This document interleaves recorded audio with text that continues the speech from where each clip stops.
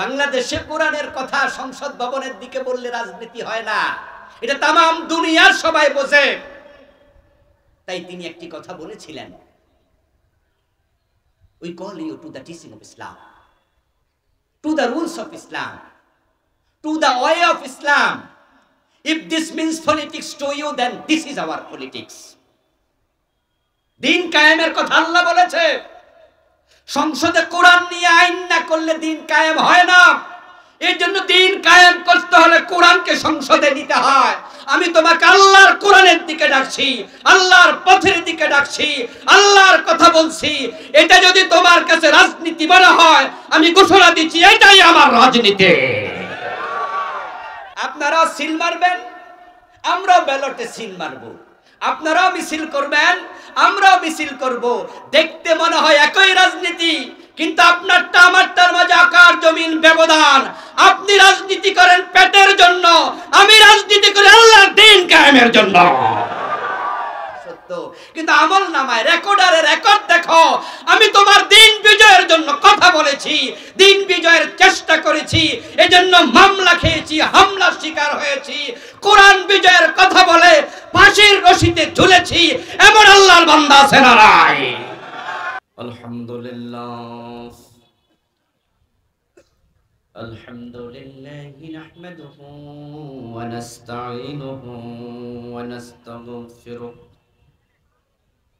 ওয়া নাউযু বিল্লাহি মিন শুরুরি আনফুসিনা ওয়া মিন সাইয়্যাতি আমালিনা من يهد الله فلا مضل له ومن يضلل فلن تجد له وليا مرشدا وأشهد أن لا إله إلا الله وأن محمدًا عبده ورسوله أما بعد فقد قال الله تعالى في كلامه المجيد أعوذ بالله من الشيطان الرجيم بسم الله الرحمن الرحيم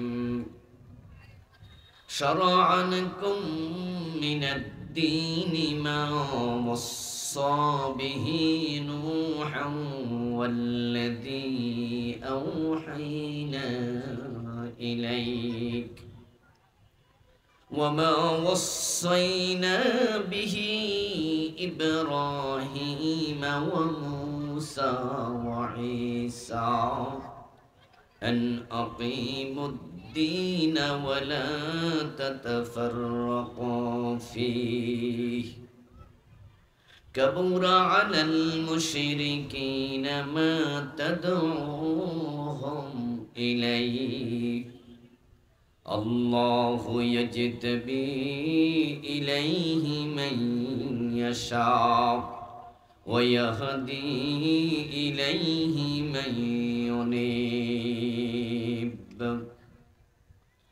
قال النبي صلى الله عليه وسلم كانت بنو إسرائيل تسوسهم الأنبياء كلما هلك نبي خلفه نبي وإنه لا نبي بعدي وقال النبي أيضا الإسلام يعلو ولا يعلى عليه أو كما قال النبي عليه الصلاة والسلام সকলে মেহেরবানি করে দুরূদ শরীফ পড়ুন। আল্লাহুম্মা সাল্লি আলা মুহাম্মাদিন ওয়া আলা আলি মুহাম্মাদ কামা সাল্লাইতা আলা ইব্রাহিম ওয়া আলা আলি ইব্রাহিম ইন্নাকা হামিদুম মাজিদ।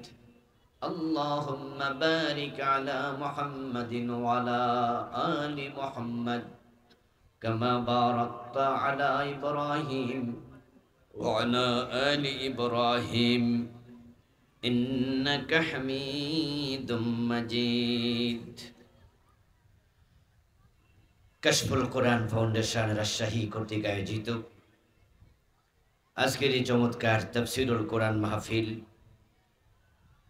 ও হিফজ সমাপন করা ছাত্রদের পাগড়ি প্রদান উপলক্ষে আয়োজিত হিফজুল কোরআন অ্যাওয়ার্ড 2025 এর সম্মানিত সভাপতি বিশিষ্ট আলেম দ্বীন, আপনাদের এই রাজশাহীর কৃতি সন্তান কাশফুল কোরআন ফাউন্ডেশনের সম্মানিত চেয়ারম্যান, নন্দিত মুফাসসির কোরআন মুহতারাম মাওলানা রুহুল আমিন সাহেব হাফেজাহুল্লাহ, আজকের মাহফিলের সম্মানিত প্রধান অতিথি বিশিষ্ট রাজনীতিবিদ, শিক্ষাবিদ, আগামী দিনের রাজশাহীর এই আসনের আশা আকাঙ্ক্ষার প্রতীক মানবিক ডাক্তার মুহতারাম অধ্যাপক ডাক্তার মোহাম্মদ জাহাঙ্গীর সাহেব, আল্লাহ তাআলা বাইকে দেশ জাতি এবং দ্বীনের সেবা নেতৃত্ব দেওয়ার তৌফিক দান করুন।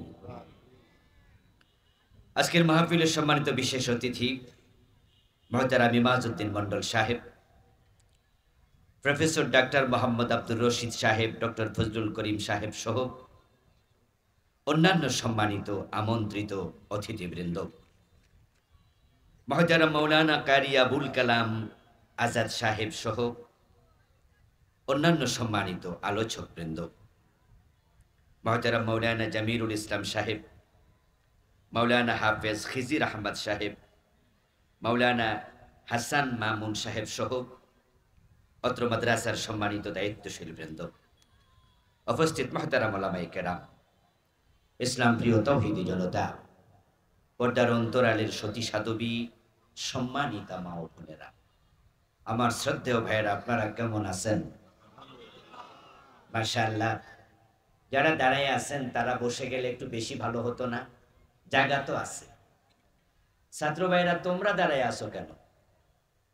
পাগড়ি মাথায় দিয়া তোমরা আমাদের ডান পাশে দাঁড়িয়ে আছো।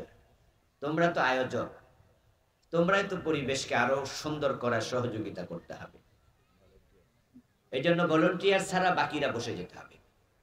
আপনারা যারা পিছনে দাঁড়ায় আছেন, আপনাদেরকে বিনীত আরজ করতে চাই, দাঁড়ায় থাকলে মজলিসের সৌন্দর্যের বিঘ্ন ঘটে। আমরা মজলিসের আদবের সাথে সঙ্গতি রাখতে চাই। এই জন্য ভলান্টিয়ার ছাত্ররা আমাদের দাঁড়িয়ে থাকা ভাইদেরকে আদবের সাথে আদর করে পিঠে হাত মুছে বসিয়ে দেন। যারা দাঁড়িয়ে আছেন বসে যান, কথা শুনছেন না মনে হয় যেন, প্লিজ। জায়গা আছে তো? জায়গা যখন থাকবে না তখন দাঁড়িয়ে থাকবেন। হাতে সময় কম আছে, 10 মিনিট আছে, 10 মিনিট বসে শোনো। আল্লাহ তাআলা আমাদের সকলকেই আজকের এই প্রোগ্রামে যেহেতু এসেছি, আল্লাহ আমাদের আমলের নিয়তে কথা বলার এবং শোনার তৌফিক দিন, বলুন আমিন। আল্লাহ তাআলা লাখো কোটি শুকরিয়া জ্ঞাপন করছি যে মহান মনিব অত্যন্ত মেহেরবানি করে কোরআনের এই মজলিসে আমাদেরকে আসার তৌফিক দিলেন, বসার সুযোগ দিলেন, আমাদেরকে তিনি সুস্থ রাখলেন। কোরআনের কথা বলা, কোরআনের সাথে চলা, কোরআন শুনতে পারা, কোরআন মেনে চলা, এটা আল্লাহর খাস রহমত, এটা খাস নেয়ামত। এ কাজের জন্য আল্লাহ সকলকে মনোনীত করেন না, বাছাই করেন না। নবীজির ঘরে ছিলেন, নবীজি যার ঘরে ছিলেন দীর্ঘ 50 বছরের কাছাকাছি, চাচা আবু তালেব, নবীজিকে যিনি কোলে ফিটে করে মানুষ করেছেন, সে আবু তালেব কিন্তু রাসূলের কথা মেনে কোরআন মেনে চলবে এ তৌফিক উনাকে আল্লাহ তাআলা দেন নাই। অথচ নবীজির বয়স যখন 7 বছর, তখন কিন্তু উনার দাদা মারা যান। জন্মের আগেই তো বাবা নাই, 5 বছর বয়সে মা নাই, 7 বছর বয়সে, দাদা নাই, এই 7 বছর বয়সে নবীজিকে কোলে তুলে নিলেন, বট গাছের মতো ছায়া দিলেন, একসাথে রাখলেন দীর্ঘদিন। ইবেন শিবে আবি তালেবের সেই জেলখানার 3 বছরের জিন্দিগিতে এ চাচা আবু তালেব ভাতিজা মুহাম্মদ ইবনে আব্দুল্লাহকে আলাদা রাখেন নাই, স্বেচ্ছায় তিনিও রাসূলের সাথে জেল কেটেছেন। কিন্তু কালেমা নসিব হয় না, তৌফিক লাগে।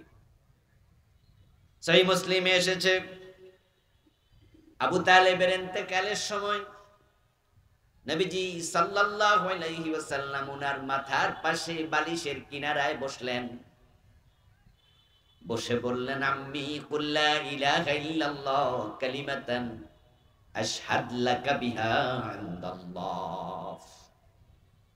হে আমার প্রিয় চাচা, চলে যাচ্ছেন তো, আমার অনুরোধ একটাবার কালেমা পড়েন, লা ইলাহা কুল লা ইলাহা ইল্লাল্লাহ কালিমাতান আই মাররাতান ওয়াহিদা, একবার পড়ে, আশহাদ লাকা বিহা ইনদাল্লাহ, আর কিছু লাগবে না। এটা পড়ে আপনি মরে যান, আপনি কালেমাওয়ালা মুমিন ছিলেন, এই বিষয়ে কিয়ামতের দিন আল্লাহর কাছে আমি নিজে সাক্ষ্য দেব। একটাবার কালেমা পড়েন, পড়েছেন? ওয়া কানা আখিরু কালামিহি মা কাল্লামাহুম হুয়া আলা মিল্লাতি আব্দুল মুত্তালিব। নবীজি বলার পর আবু তালেব কিছুক্ষণের জন্য একটু চুপ ছিলেন। রাসূল সাল্লাল্লাহু আলাইহি সাল্লাম ভাবছিলেন, আমার চাচা মনে হয় কালেমাটা পড়বে। তিনি কিছুটা আশান্বিত হয়েছিলেন। কিন্তু বালিশের অপর প্রান্তে ঠিক ওই সময় বসা ছিল আল্লাহর দুশমন আবু জেহেল, আরেক দুশমন আব্দুল্লাহ ইবনে আবি উমাইয়া।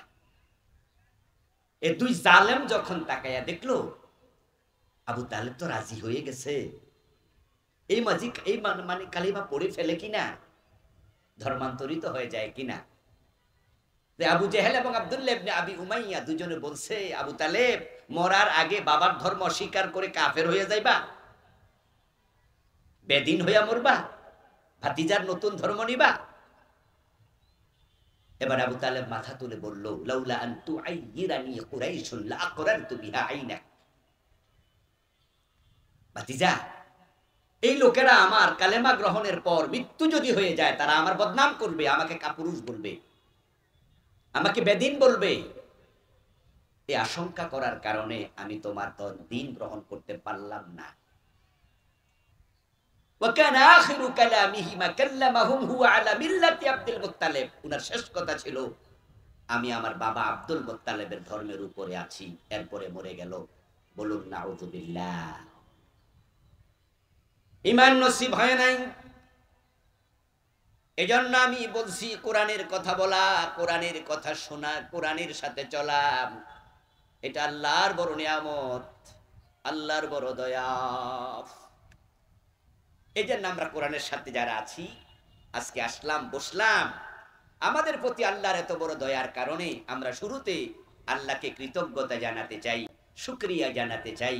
সবাই মিলে একবার জোরে জোরে কালিমাত শুকর ফরি, আলহামদুলিল্লাহ পড়ুন না আমার সাথে, রব্বানা লাকাল হামদ হামদান কাসীরা তাইয়্যিবা মুবারাকান ফি সুবহানাল্লাহি ওয়া বিহামদিহি আদাদা খালকিহি ওয়া রিদা নাফসিহি ওয়া জিনাতা আরশিহি ওয়া মিদাদা কালিমাতিহি। প্রিয় দিনী ভাইয়েরা, আমি আপনাদের সম্মুখে পবিত্র কোরআন মাজিদ থেকে সূরাতুশ শূরায়ের 13 নম্বর আয়াতে কারিমা তেলাওয়াত করেছি। নবীজি সাল্লাল্লাহু আলাইহি ওয়াসাল্লামের পবিত্র মুখনসৃত ছোট্ট ছোট্ট দুটি হাদিস পড়েছি। আল্লাহ তাআলা তৌফিক দিলে এখান থেকে কিছু কথা বলবো ইনশাআল্লাহ। কোরআন হচ্ছে মানবতার সংবিধান, কোরআন হচ্ছে হকের একমাত্র কিতাব, হাদিস হচ্ছে কোরআনের ব্যাখ্যা। আমরা যদি নাজাত পেতে চাই, মুক্তি পেতে চাই, দুনিয়ায় শান্তি পেতে চাই, আখিরাতে জান্নাত পেতে চাই, কোরআনের বিকল্প নাই। এই জন্য পৃথিবীর সকল মানুষের উচিত মুক্তির আশায়, শান্তির প্রত্যাশায় কোরআনের দিকে ফিরে আসা, কোরআনের কাছে দৌড়াইয়া আসা সকল মানুষের কর্তব্য। যে কোরআন শান্তির বার্তা দেয়, জাহিলিয়াতকে পরিবর্তন করে খায়রুল কুরুনে পরিণত করেছে, ওই কোরআন থেকেই আজকে কথা বলা হবে ইনশাআল্লাহ। আমার আগে আমাদের মোহতারাম ডাক্তার শ্রদ্ধেয় মোহাম্মদ জাহাঙ্গীর সাহেব, উনি 1-2 মিনিট কথা বললেন। আমি অবাক হলাম, কারণ নেতারা তো মাইক ধরলে ছাড়তে চায় না। উনি প্রধান অতিথি, কিন্তু উনি 1-1.5 মিনিট কথা বললেন। আমার কাছে মনে হয়েছে এটা 1 ঘন্টার ওয়াজ হয়ে গেছে। খায়রুল কালামি মা কাল্লা ওয়া দাল্লা ওয়ালা মাল্লা। আসলেও শ্রেষ্ঠ কালাম তো সেটা মা কাল্লা, যেটা সংক্ষিপ্ত হয়, ওয়া দাল্লা দলিল ভিত্তিক হয়, ওয়ালা মাল্লা এবং যা বিরক্ত তৈরি করে না। উনি আজকে 1 মিনিট 1.5 মিনিটে যে ওয়াজ করলেন, আমি উনাকে আস্তে আস্তে বললাম যে নেতা, আপনি তো সংক্ষেপে বললেন, কিন্তু আপনার এই কথার ব্যাখ্যাই আমি 1-1.5 ঘন্টা করবো ইনশাআল্লাহ। উনি বলেছেন কোরআনের কাছে আমরা আসতে চাই, আল কোরআন আমরা সংসদে নিতে চাই। আমিও ঠিক একটি আয়াত পড়েছি, যে আয়াতকে আল্লাহ তাআলা বাস্তবায়ন করতে আমাদের নির্দেশ দিয়েছেন। সেই আয়াত হচ্ছে আনাকিমুদ্দিন ওয়ালা তাতাফাররাকু ফি। দিন কায়েম করো, এ নিয়ে তোমরা মতভেদ করো না, বিচ্ছিন্ন হয়েও না, মত পার্থক্য করো না। আর দ্বীনের মূল কিতাব একটাই, দ্বীনের মূল উৎস একটাই, দ্বীনের পাথেও একটাই, সেটার নাম কি? কোরআন। এই কিতাব আসার আগে নবী মুহাম্মদ সাল্লাল্লাহু আলাইহি ওয়াসাল্লাম নিজেকে নবী দাবি করেন নাই। 40 বছর তিনি মক্কার মানুষের সাথে ছিলেন, কিন্তু কোরআন নাজিলের আগে তিনি নিজেকে নবী দাবি করেন নাই। কিন্তু ওনার কর্মতৎপরতা শুরু হয়েছিল 17 বছর বয়স থেকেই। ওনার বয়স যখন 17, তখন তিনি মক্কার আশেপাশে ডানে বামে তাকিয়ে দেখেন যে টোটাল পরিবেশটা অন্ধকারে ডুবে আছে। জাহিলিয়াতের সেই বর্বরতা, মূর্খতা, অন্ধকারচ্ছন্নতা পুরো আরব ভূমিকে গ্রাস করে ফেলেছিল। শান্তির তালিবর্ষ সেখানে ছিল না। নবীজি তখনই হিলফুল ফুজুল নাম শুনেছেন? শান্তি সংঘ। মক্কার লোকদেরকে সাথে নিয়েছেন, বিশেষ করে যুবকদেরকে সাথে নিয়ে তিনি শান্তির মেসেজ মানুষের মাঝে পৌঁছাতে শুরু করলেন। বক্তা বাঁচলে বক্তৃতা, আওয়াজ বাতাস বাড়ান, কিছু করার নাই, বাতাস বাড়ান। হ্যাঁ, জি বাঁচলে জামাই, মানুষ বাঁচলে কামাই। এখন গরমের মাঝে বক্তা বক্তৃতা দিয়ে না পারলে শ্রোতারা শুনবো কি? এজন্য বাতাস আর একটু বাড়াইয়া দেন, এটা দেন আমার দিকে, আল্লাহ ভরসা। আওয়াজ কি শোনা যায় না? একটু আওয়াজ হয়তো ডিস্টার্ব হবে আর কি। শীতকাল আসলে ঠিক হয়ে যাবে ইনশাআল্লাহ। শীতকাল আসলে আর ফ্যান লাগাইতে কোনো বক্তা বলবে না। প্রিয় ভাইরা, বলছিলাম নবীজির প্রচেষ্টা শুরু হলো 17 বছর বয়স থেকে। উনি 40 পর্যন্ত হিলফুল ফুজুলের কর্মীদেরকে সাথে নিয়ে মানুষের বাড়িতে বাড়িতে গিয়ে শান্তির মেসেজ দিয়েছেন। আর আপনারা জেনে থাকবেন যে হিলফুল ফুজুলের প্রতিষ্ঠাটা মূলত হয়েছিল একজন ব্যবসায়ী মালামাল কিনে তার মূল্য পরিশোধ করা হচ্ছিল না। মক্কাতেই হজের মৌসুমে ওই ব্যবসায়ী দূর থেকে এসেছিল ব্যবসা করতে। কোনো এক ব্যক্তি তার মাল কিনেছে কিন্তু টাকা দেয় না। মাল কিনে টাকা না দিলে এটাকে এক পর্যায়ে লুট বলা হয়, মাল লুট করেছে। ওই ব্যবসায়ী তখন কাবার পাশে দাঁড়িয়ে দাঁড়িয়ে চিৎকার দিয়ে বলছিল যে আল্লাহর ঘরের পাশে আমার মাল লুট করলা।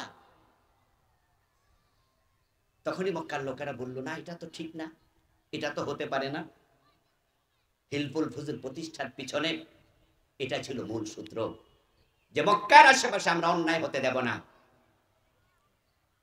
ওই হিলফুল ফুজুলের সদস্যদেরকে নিয়ে নবীজি মানুষের বাড়িতে গেলেন, বুঝালেন যে চুরি করো না, লুট করো না, ডাকাতি করো না, মদ পান করো না, নারী দর্শন করো না, মেয়েদেরকে জীবিত কবর দিও না, অন্যায় করো না। বলতে বলতে প্রিয় নবীর বয়স হয়ে গেল 40। 17 বছর থেকে শুরু, 40 বছর এখন বয়স, চলে গেল 23 বছর। কত বছর ভাইরা? 23। 40 হচ্ছে জীবনের টার্নিং পয়েন্ট। 40-এর আলাদা একটি গুরুত্ব ইসলামে আছে। এজন্য মুসা আলাইহিস সালাম আল্লাহ তুর পাহাড়ে নিয়ে রেখেছিলেন 40 দিন। ইব্রাহিম আলাইহিস সালাম নমরুদের আগুনের ভিতরও ছিলেন 40 দিন। হযরত ইউনূস আলাইহিস সালাম মাছের পেটে ছিলেন 40 দিন। যত নবী নবুয়ত পেয়েছে, হযরত ঈসা আলাইহিস সালাম সারা সব নবীর নবুয়তের বয়স কথা জানে না নাকি? সব আমারে দিয়া কয়তাছে 40 বছর। কত বছর? 40 বছর। 40 শব্দটা ইম্পর্টেন্ট। 40 দিন, 40 বছর, 40। 40-এর ভিতরে আলাদা তাৎপর্য রয়েছে। নবীজি সাল্লাল্লাহু আলাইহি ওয়াসাল্লামের বয়স হলো 40 বছর। তিনি পিছনে ফিরে তাকায়া দেখেন 23টা বছর মানুষের কাছে শান্তির বার্তা হিলফুল ফুজুলের মাধ্যমে পৌঁছাইলেন, কিন্তু মক্কার কোন চোর, কোন ডাকাত, কোন নারী দর্শনকারী, কোন মদ পানকারী তাদের জীবনে সামান্য পরিবর্তন আনে নাই। তারা অন্ধকারের মাঝে ডুবেই আছে। আল্লাহর ইশারায় রাসূলুল্লাহ সাল্লাল্লাহু আলাইহি ওয়াসাল্লাম চলে গেলেন গারে হেরাতে। নির্জনে তিনি ধ্যানে বসলেন। ধ্যান মানে কি? চোখ বন্ধ করে শুধু শুধু বসে থাকা। চোখ বন্ধ করে বইয়া বইয়া ঘুমাইলে এটাকে ধ্যান বলবে নাকি? হ্যাঁ না, কিছু কয় না। কিরে ইন্ডিয়ার মানুষের মতো না শুরু হয়েছে, কবরস্থানে ওয়াজ করতেছি। আপনারা কি আমার কথা বোঝেন? কথায় সংযুক্ত থাকেন। মুসা আলাইহিস সালামের হাতে লাঠি, তুর পাহাড়ে উঠলেন, আল্লাহর সাথে কথা শুরু। আল্লাহ কথা বলবে, মুসা শুনবে। ইন্নী আনা রাব্বুক ফাখলান আলাইক ইন্নাকা বিল ওয়াদিল মুকাদ্দাসি তুয়া। আল্লাহ বলছে ফাসতামি লিমা ইউহা। এক পর্যায়ে আল্লাহ দেখলেন যে মুসা শুধু শোনে, তো আল্লাহ ভাবছেন যে এক পক্ষিয়া তো মজা লাগে না, তাই আল্লাহ মুসা থেকেও শুনতে চাইলেন। ওয়ামা তিলকা বিয়ামিনিকা ইয়া মুসা। মাশাআল্লাহ, এই যে আবার কিছু লড়াচড়া শুরু হয়েছে। আল্লাহ বলে মুসা তোমার ডান হাতে এটা কি? আচ্ছা, মুসা আলাইহিস সালামের ডান হাতে কি আল্লাহ দেখে না? কথা বলেন না ভাইরা? আল্লাহ দেখে? আল্লাহ জিগাইলো কেন? এর মানে আল্লাহ দেখতেছে, আমি শুধু কইতাছি, হে শুধু শুনতাছে। এর জমতাছে না তো, তাই দুই পক্ষের কথা লাগে। মুসা তোমার হাতে কি? মুসা আলাইহিস সালাম বলতে পারতো আল্লাহ আমার হাতে কি, তুমি কি দেখো না? কিন্তু না, মুসা আলাইহিস সালাম আল্লাহর সাথে কথায় অংশগ্রহণ করলেন। তিনি বললেন যে এটা আমার আসায়া, আতাওয়াক্কাহু বিহা আলা গানামি, আহাসসু বিহা আলা গানামি, আতাওয়াক্কাহু বিহা ওয়া আহাসসু বিহা আলা গানামি ওয়া লিয়া ফিহা মাআরিবু উখরা। কথা শুরু হলো, জমলো। তা আমি কথা বলবো, আপনারা দুই চারটা জবাব দিয়েন, তাহলে কথা জমে উঠবে। 23 বছর চলে গেল, কিন্তু মক্কায় সামান্য পরিবর্তন আসে নাই। নবীজি ধ্যানে বসলেন। ধ্যান মানে হলো নির্জনেই অনেক গভীর চিন্তা ভাবনা করা, ভাবা। কোরআন শুধু তেলাওয়াতের কিতাব না, এ কোরআন নিয়ে গবেষণা দরকার, ভাবা দরকার। আফালা ইয়াতাদাব্বারুনাল কুরআনা আম আলা কুলুবিন আকফালুহা। আল্লাহ তাআলা বলছে, তোমরা কি কোরআন নিয়ে ভাববা না, গবেষণা করবা না, নাকি তোমাদের অন্তরে তালা মেরে দেয়া হয়েছে? নবীজি বসলেন ধ্যান করার জন্য। গারে হেরাতে তিনি ধ্যানে মগ্ন। অথচ সমাজ পরিবর্তনের জন্য 23টা বছর তিনি চেষ্টা করলেন। এবার আল্লাহ তাআলা ভাবলেন আমার রাসূল সমাজ পরিবর্তন করতে চায় কিন্তু পরিবর্তন হয় না। তাই তিনি জিবরিল আমিনকে গারে হেরায় পাঠায়া দিলেন। জিবরিল আমিন প্রিয় নবীকে গারে হেরাতে 3 বার বুকের সাথে ঝাপটায়া জড়ায়া ধরলেন, বললেন ইকরা পড়ো। আমার রাসূল জবাব দেন মা আনা বিকারি, আমি তো পড়তে পারি না, আমি পাঠক নই। তৃতীয়বারে বুকের সাথে শক্ত করে জড়ায়া ধরে ছেড়ে এবার বললেন ইকরা বিসমি রাব্বিকাল্লাযী খালাক। এসে গেল কোরআন, সূরা আলাকের প্রথম 5 আয়াত। কোরআন আসলো। আমার রাসূল এখন থেকে নবী, দাবি করছেন আমি নবী, আমি রাসূল। মা খাদিজা নবীজিকে বলেছে আপনাকে গারে হেরাতে কে জড়ায়া ধরলো 3 বার? আপনি বলছেন যে খাশিতু আলা নাফসি, আমি আমার জীবনের ব্যাপারে শঙ্কিত। আপনি বুঝছেন না যে কি হলো? ওরাকা বিন নওফলের কাছে চলেন, আমার চাচাতো ভাই বড় আলেম, সে জানে তাওরাত এবং ইনজিল।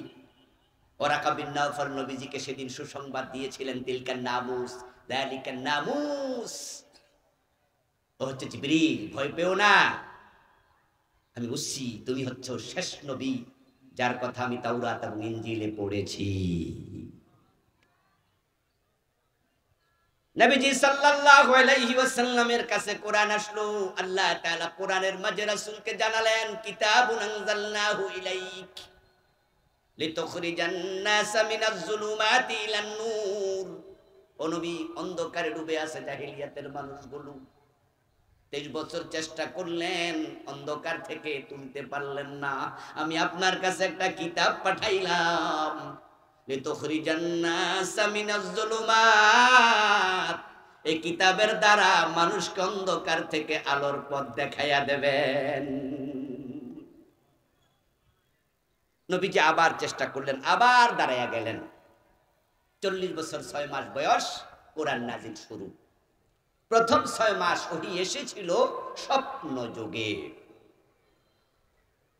কোরআন শুরু হলো নাজিল নবীজির বয়স 40 বছর 6 মাস হওয়ার পরে। রাসূল আবার দাঁড়ালেন, কে আছো? আমার সাথে একাত্মতা পোষণ করবে, আমি আল্লাহর রাসূল। আবু বকর হাত তোলা দিলেন যে আমি রাজি। মা খাদিজা বলে আমি রাজি, আলী বলে আমি রাজি, যায়েদ বলে আমি রাজি। নবীজি সাল্লাল্লাহু আলাইহি ওয়াসাল্লাম তিনি এই দাওয়াত দিতে থাকলেন। দাওয়াত দিতে দিতে রাসূলের বয়স 63।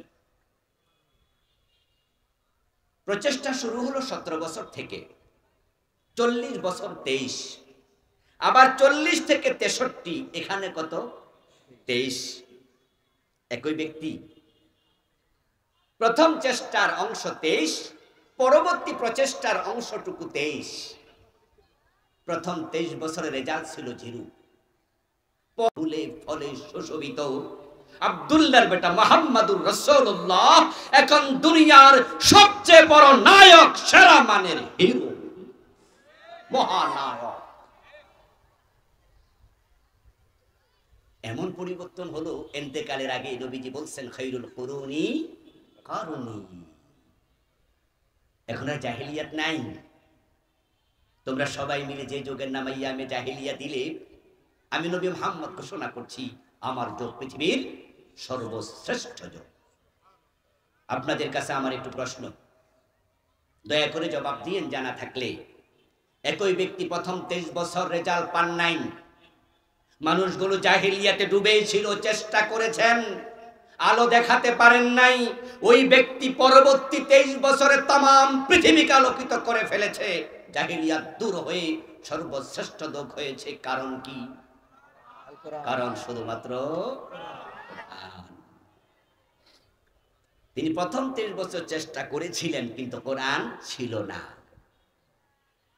সে চেষ্টাটা তিনি করেছেন ব্যক্তিগত চিন্তা চেতনা থেকে, যে কিভাবে মানুষকে ভালো করা যায়, কিন্তু পারেন নাই। পরবর্তী 23 বছরের প্রচেষ্টা ছিল ওহী নির্ভর। মা ইয়ানতিকু আনিল হাওয়া ইন হুয়া ইল্লা ওয়াহয়ুন ইউহা। পরবর্তী 23 বছর একটা কথা নিজ থেকে বলেন নাই, যা বলেছেন সব ওয়াহী, সব ওয়াহী। এবার ওহির মাধ্যমে পুরা জাহিলিয়াত শেষ। বাংলাদেশের বয়স 54 বছর হয়ে গেল। এই 54 বছরের বাংলাদেশে কত নেতা আসলো, কত নেতা গেল। বঙ্গবন্ধু বড় শখ করে বাংলাদেশটাকে স্বাধীন করেছিলেন। উনি চেয়েছিলেন আমাদেরকে একটি সুখী সমৃদ্ধ বাংলাদেশ উপহার দেবেন, কিন্তু তিনি পারেন নাই। বরং দেশ স্বাধীন হওয়ার কয়েকদিন পরে 1-1.5 বছরের ব্যবধানে তিনি আপসেট হলেন, হতাশ হলেন। তিনি একটি বক্তৃতার মাঝে বললেন, মানুষ পায় স্বর্ণের খনি, আমি পাইছি সোরের খনি। বলেছেন কি? এটা কি আমার কথা না বঙ্গবন্ধুর কথা? উনি বলছেন, আমার ডানে চোর, আমার বামে চোর, আমার সামনে চোর, আমার পিছনে চোর। প্রিয় ভাইরা লক্ষ্য করুন, তিনি পারেন নাই। কয়দিন পর উনাকে হত্যা করা হলো, অগাস্ট বিপ্লব হলো। 15ই আগস্টে উনি চলে গেলেন। তারপরে বাংলাদেশ আরো কত প্রেসিডেন্ট পেল, তার মাঝে আরেকজন সৎ নেতা ছিল, শহীদ প্রেসিডেন্ট জিয়াউর রহমান। উনিও চেয়েছিলেন দেশটাকে সুখী সমৃদ্ধশালী দেশে পরিণত করতে। প্রেসিডেন্ট জিয়াউর রহমানও পারেন নাই, অল্প দিনে তিনিও দুনিয়া থেকে চলে গেলেন। পরে আমরা প্রেসিডেন্টের সাথে দেখেছি 9 বছর লম্বা সময় দেশ চালাইলেন। তারপর খালেদা জিয়া চালাইলেন, শেখ হাসিনা চালাইলেন। কিন্তু বাংলাদেশ চোরের খনি পরিবর্তন হয় নাই, বরং চোরগুলা ডাকাত হইয়া দেশের টাকা গত 15 বছরে কানাডায় পাঠাইয়া বেগম পাড়া বানাইছে।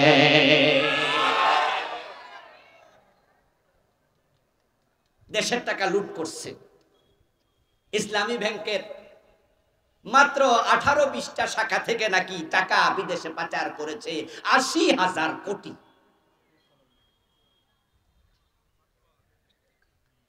এই দেশটা পরিবর্তন হয়নি। এখনো মানুষ 80 টাকা 90 টাকা দিয়ে সবজি কিনে কেজি দরে খাওয়া লাগে।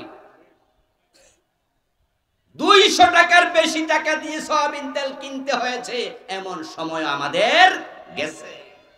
একটা ডিমের দাম 10 টাকা। প্রিয় ভাইয়েরা, পরিবর্তন আসলো না কেন? এবার কারণ শুনুন। কারণ হলো 54 বছরের নেতারা, তারা বাংলাদেশ পরিবর্তন চেয়েছে, সুখী সমৃদ্ধ শান্তির বাংলাদেশ চেয়েছে, কিন্তু তারা আল্লাহর কোরআন দিয়ে পরিবর্তন চায় নাই। তারা ডক্টর কামালের সংবিধান দিয়ে চেয়েছে। আমার নবী মুহাম্মাদের মতো যোগ্য মানুষ যদি কোরআন ছাড়া জাহিলিয়াত দূর করতে না পারে, অন্যায় চুরি ডাকাতি দূর করতে না পারে, কোন শেখ মুজিব, কোন জিয়াউর রহমান পারবে না। পরিবর্তন চাইলে কোরআনের কাছে যাওয়া লাগবে।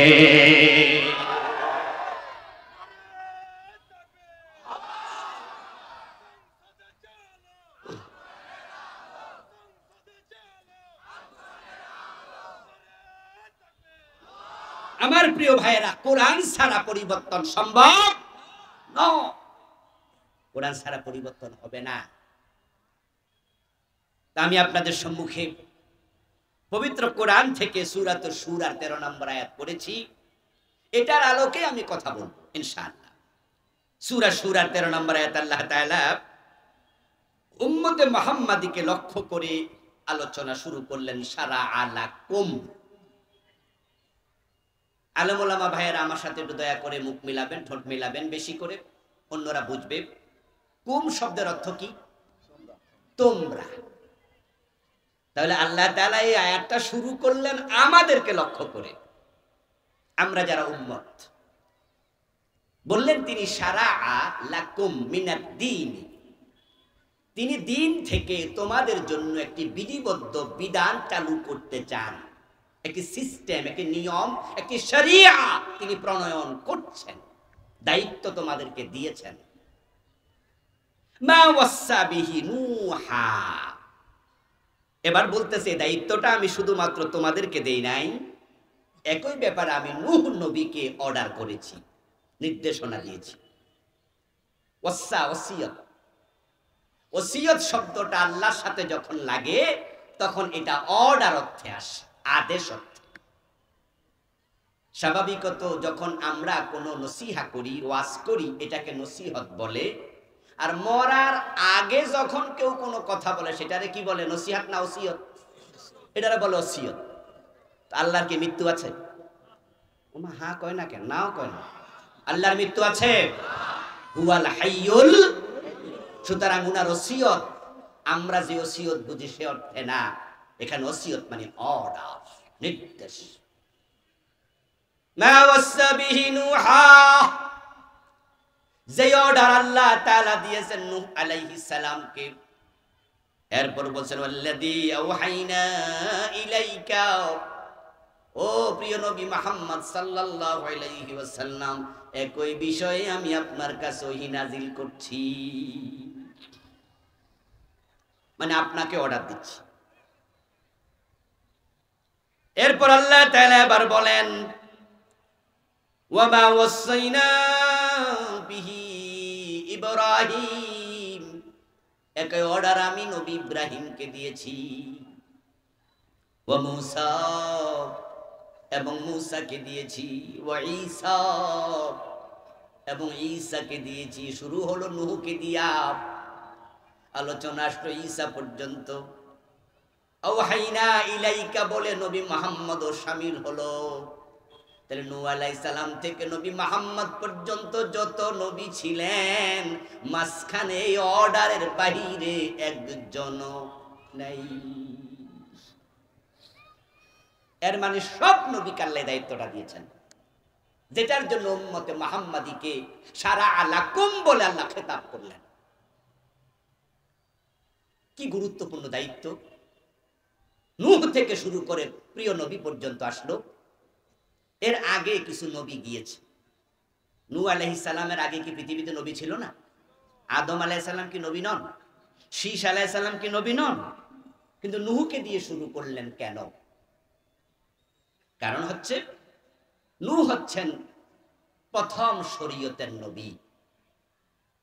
নূহ আলাইহিস সালামকে বলা হয় নবী শারঈ, হযরত আদমকে বলা হয় নবী জেরাঈ। আদম আলাইহিস সালামের উপর শরীয়ত আসে নাই। রোজা রাখো, হজ করো, যাকাত দাও, শরীয়তের যে বিধানগুলো আছে আদমের উপরে বিধানগুলো ছিল না। এজন্য তাকে নবী জেরাঈ বলা হয়। উনি কালেমার দাওয়াত দিয়েছেন, আর সামান্য শরীয়তের কিছু কিছু বিষয় আল্লাহ উনাকে দিয়েছেন, কিন্তু উনার মূল কাজ ছিল জীবন ধারণের সিস্টেম চালু করা।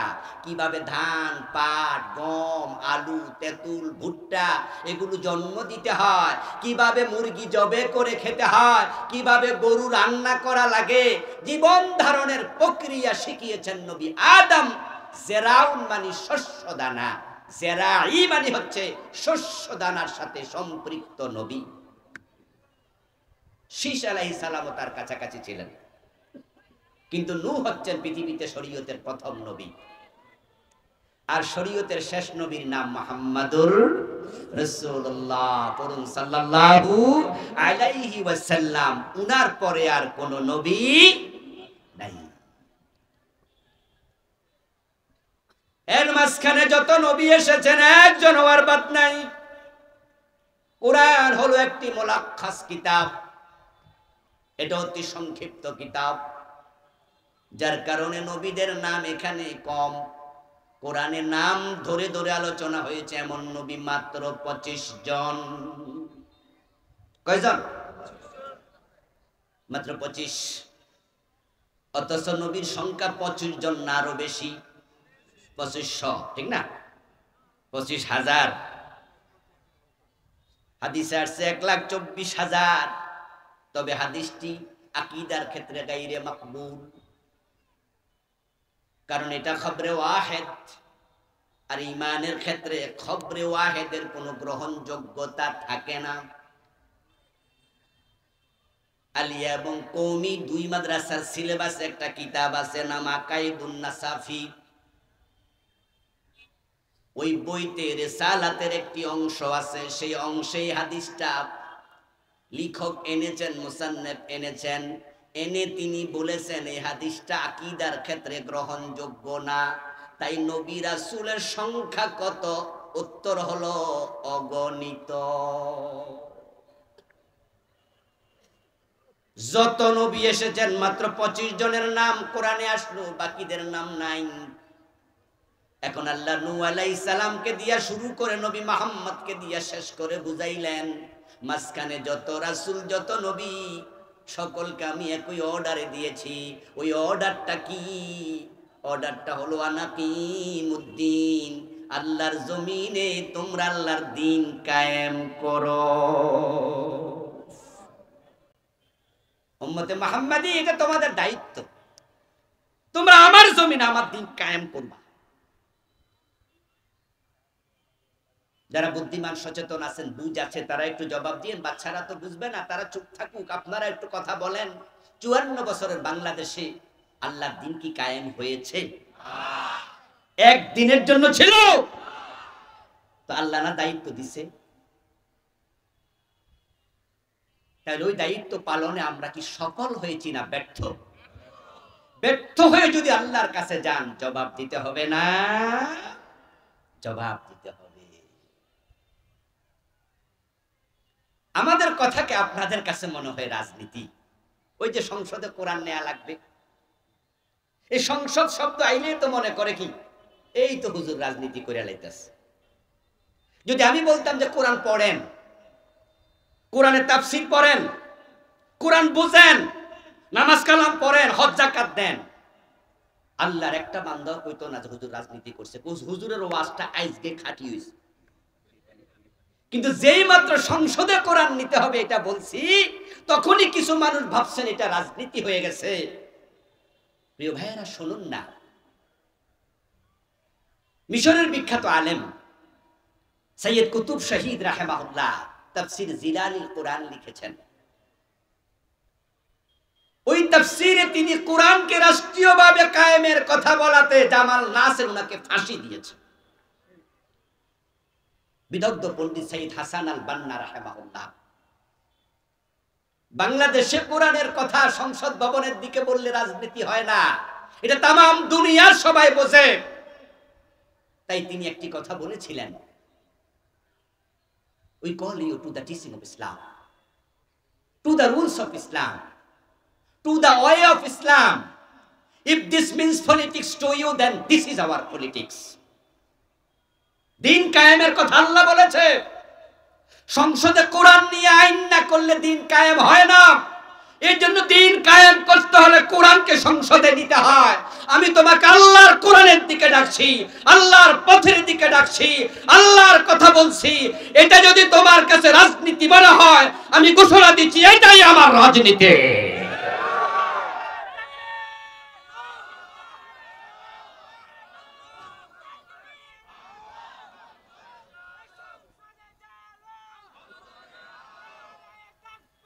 আমার প্রিয় ভাইরা, 54 বছরের বাংলাদেশ ইসলাম একদিনের জন্য কায়েম হয় নাই। এ না হওয়াতে আমরা ব্যর্থ মুসলিম হিসাবে, আর ব্যর্থতার দায় হাসরের ময়দানে আল্লাহর সামনে জবাব দিতে হবে। আখিরাতে আল্লাহর আদালতের আসামি হওয়া থেকে বাঁচতে চাইলে কোরআন জমিনে কায়েমের জন্য চেষ্টা করা দরকার আছে না নাই? আমরা নামাজ পড়ি কেন? যেন আমরা জান্নাত পাই, যেন আল্লাহর সামনে বেনামাজি তকবা আল্লাহর সামনে আদালতে আসামি হওয়া না লাগে। আমরা রোজা রাখি কেন? আখিরাতে মুক্তির জন্য, আল্লাহর আদালতের আসামি না হওয়ার জন্য। আমরা হজ করি কেন? একই নিয়তে। ঠিক আমরা যারা কোরআনের রাজনীতি করি, আমাদের রাজনীতির লক্ষ্য একটা, আখিরাতে মুক্তি। যদিও আপনাদের আর আমাদের রাজনীতি একরকম। আপনারাও সামনের ভোটে দাঁড়াবেন, আমরাও সামনের ভোটে দাঁড়াবো। আপনারাও সিল মারবেন, আমরাও ব্যালটে সিল মারবো। আপনারাও মিছিল করবেন, আমরাও মিছিল করব। দেখতে মনে হয় একই রাজনীতি, কিন্তু আপনারটা আমারটার মাঝে আকাশ জমিন ব্যবধান। আপনি রাজনীতি করেন পেটের জন্য, আমি রাজনীতি করি আল্লাহর দ্বীন কায়েমের জন্য।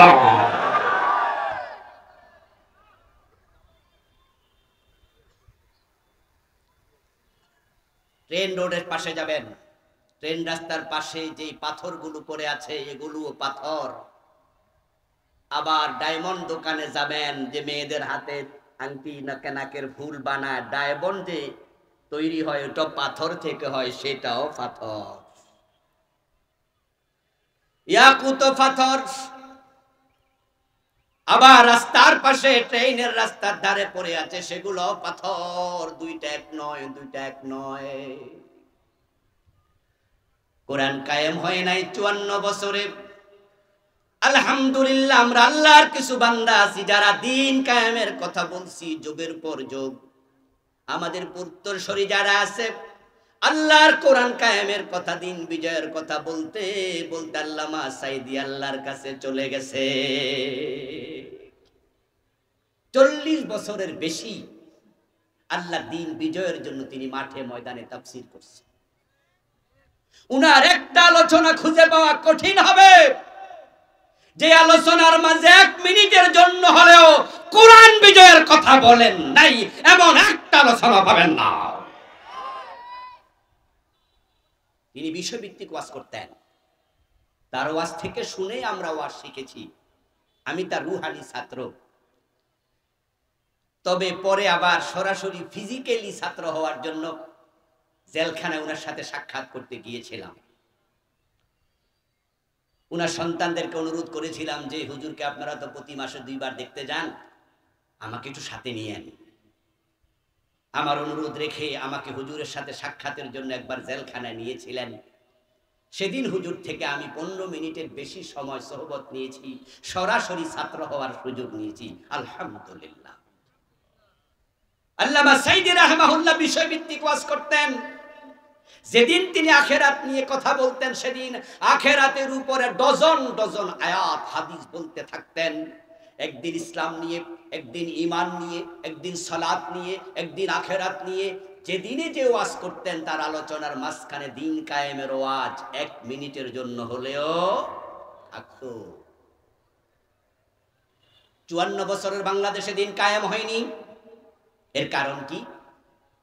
প্রথম কারণ হচ্ছে আমরা যারা মুসলমান, আমরা এখনো আল্লাহর জমিনে দিন কায়েমের পক্ষে অধিকাংশ লোক আসতে পারিনি।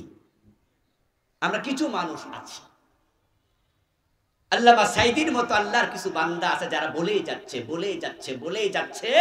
বলতে বলতে আজরাইলের সাথে সাক্ষাৎ হয়ে গেছে।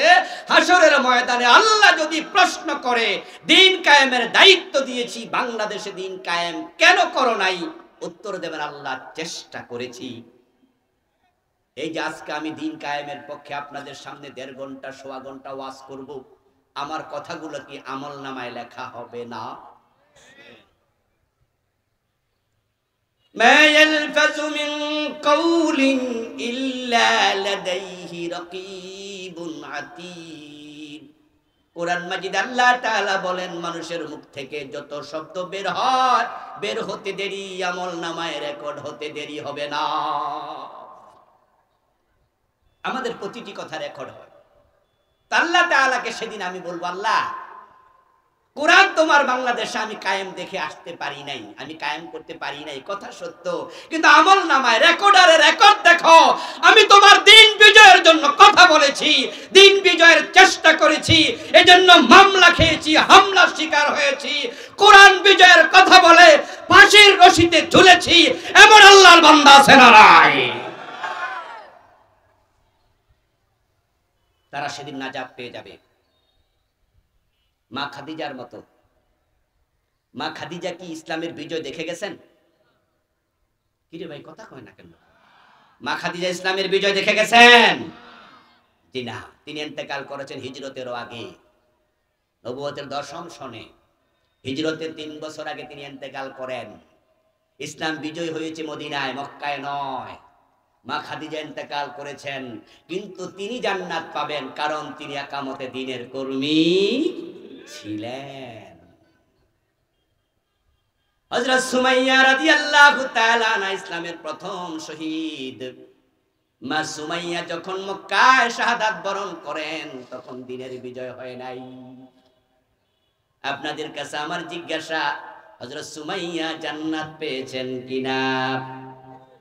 দিন বিজয় দেখেন নাই, জান্নাত পাওয়ার কারণ তিনি দিন বিজয়ের কর্মী ছিলেন। আকিমুদ্দিন মানেটা কি? মানে হচ্ছে যেখানে দিন প্রতিষ্ঠিত নাই সেখানে প্রতিষ্ঠিত করা। তো প্রতিষ্ঠিত করার মানে কি? আমি দিন এবং ইকামাত এই দুটা নিয়ে সংক্ষিপ্ত ব্যাখ্যা করছি। ইকামা মানে হলো প্রতিষ্ঠিত করা, আর দিন মানে হলো ইসলাম। ইন্নাদ দীন ইনদাল্লাহিল ইসলাম।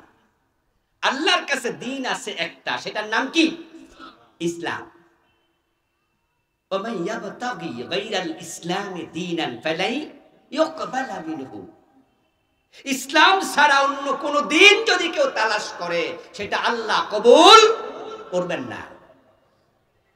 জবাব দিন আমার সাথে, ইসলাম সর্বশ্রেষ্ঠ ধর্ম না একমাত্র ধর্ম? একমাত্র। সর্বশ্রেষ্ঠ ধর্ম এই কথার সাথে কি কেউ কেউ একমত আছেন? আমাদের দেশে শব্দটা প্রচলিত, ইসলাম একটি সর্বশ্রেষ্ঠ ধর্ম। আমি বলি শব্দটি ভুল, বাক্যটি ভুল। সর্বশ্রেষ্ঠ মানে হলো আরো কিছু শ্রেষ্ঠ আছে, তার মাঝে এটা এক নাম্বার। কিন্তু কোরআন বলছে ইন্নাদ দীন ইনদাল্লাহিল ইসলাম, আল্লাহর কাছে ধর্ম একটা, সেটা ইসলাম। এ দ্বারা বোঝা যায় সর্বশ্রেষ্ঠ না, ইসলাম হচ্ছে আল্লাহর কাছে একমাত্র ধর্ম। ইসলাম আসার পর বাকি সকল ধর্ম স্থগিত, মুলতবি, বাতিল। তাহলে আনাকিমুদ্দিন, এই দিন শব্দের জায়গায় ইসলাম শব্দ বসায়া দেন। ইসলাম মানে তো দিন, দিন মানে তো ইসলাম। আকিমুদ্দিন আই আকিমুল ইসলাম। ও আমার বান্দারা, আমার জমিনে আমার ইসলাম কায়েম করো। এই যে আমরা প্যান্ডেলের নিচে বসে আছি, ঠিক এরকম প্যান্ডেলটা কি গত পরশুদিন এমন ছিল? না বলে না কেন ভাই? এরকম ছিল? কি ছিল? ফাঁকা মাঠ। এই প্যান্ডেলটা ছিল না। পরে এবার মাহফিল কর্তৃপক্ষ যাদের সাথে কন্ট্রাক্ট করেছে, দায়িত্ব দিয়েছে, তারা কেন বাঁশ আনছে, সামিয়ানা আনছে, খন্তা আনছে, কুড়াল আনছে, জনবল দিছে। তারপর তারা দায়িত্বপ্রাপ্ত হয়েছে প্যান্ডেল কামত করো, প্যান্ডেল প্রতিষ্ঠিত করো। তারা এবার মাটি খুঁড়ছে, ওই লাঠি পড়ছে, এটাতে হিলানি দিছে, তারপর এটা টানাইছে, আস্তে আস্তে করে লাইটিং করছে। বিকাল বেলা মাহফিল কর্তৃপক্ষ যারা আছে দায়িত্বশীল, তাদেরকে বলছে দায়িত্ব যা দিয়েছেন তা প্রতিষ্ঠিত করে দিয়েছি। নবী মুহাম্মদ এসেছেন, সেখানে জালেম ছিল, জেনা ছিল, জুলুম ছিল, মদ ছিল, হারামি ছিল, অন্যায় ছিল, মূর্তি পূজা ছিল। আল্লাহ বলে ইসলাম কায়েম করো। আমার রাসূল চেষ্টা করেছেন, কোন অন্যায় সমাজে ছিল না। ইসলাম তিনি প্রতিষ্ঠিত করে তারপর ইন্তেকাল করেছেন।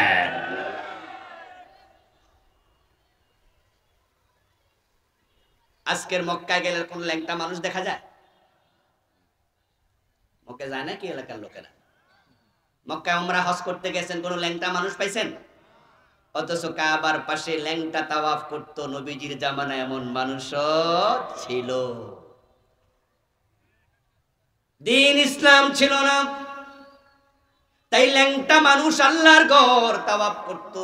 তারা বলতো যে কাপড় পরে অন্যায় করি, পাপ করি, সে কাপড় পরে আল্লাহর ঘর তাওয়াফ করা মানায় না। তাই তারা গায়ের কাপড় দূরে খুলে তারপরে পুরুষ মহিলা উলঙ্গ তাওয়াফ করতো।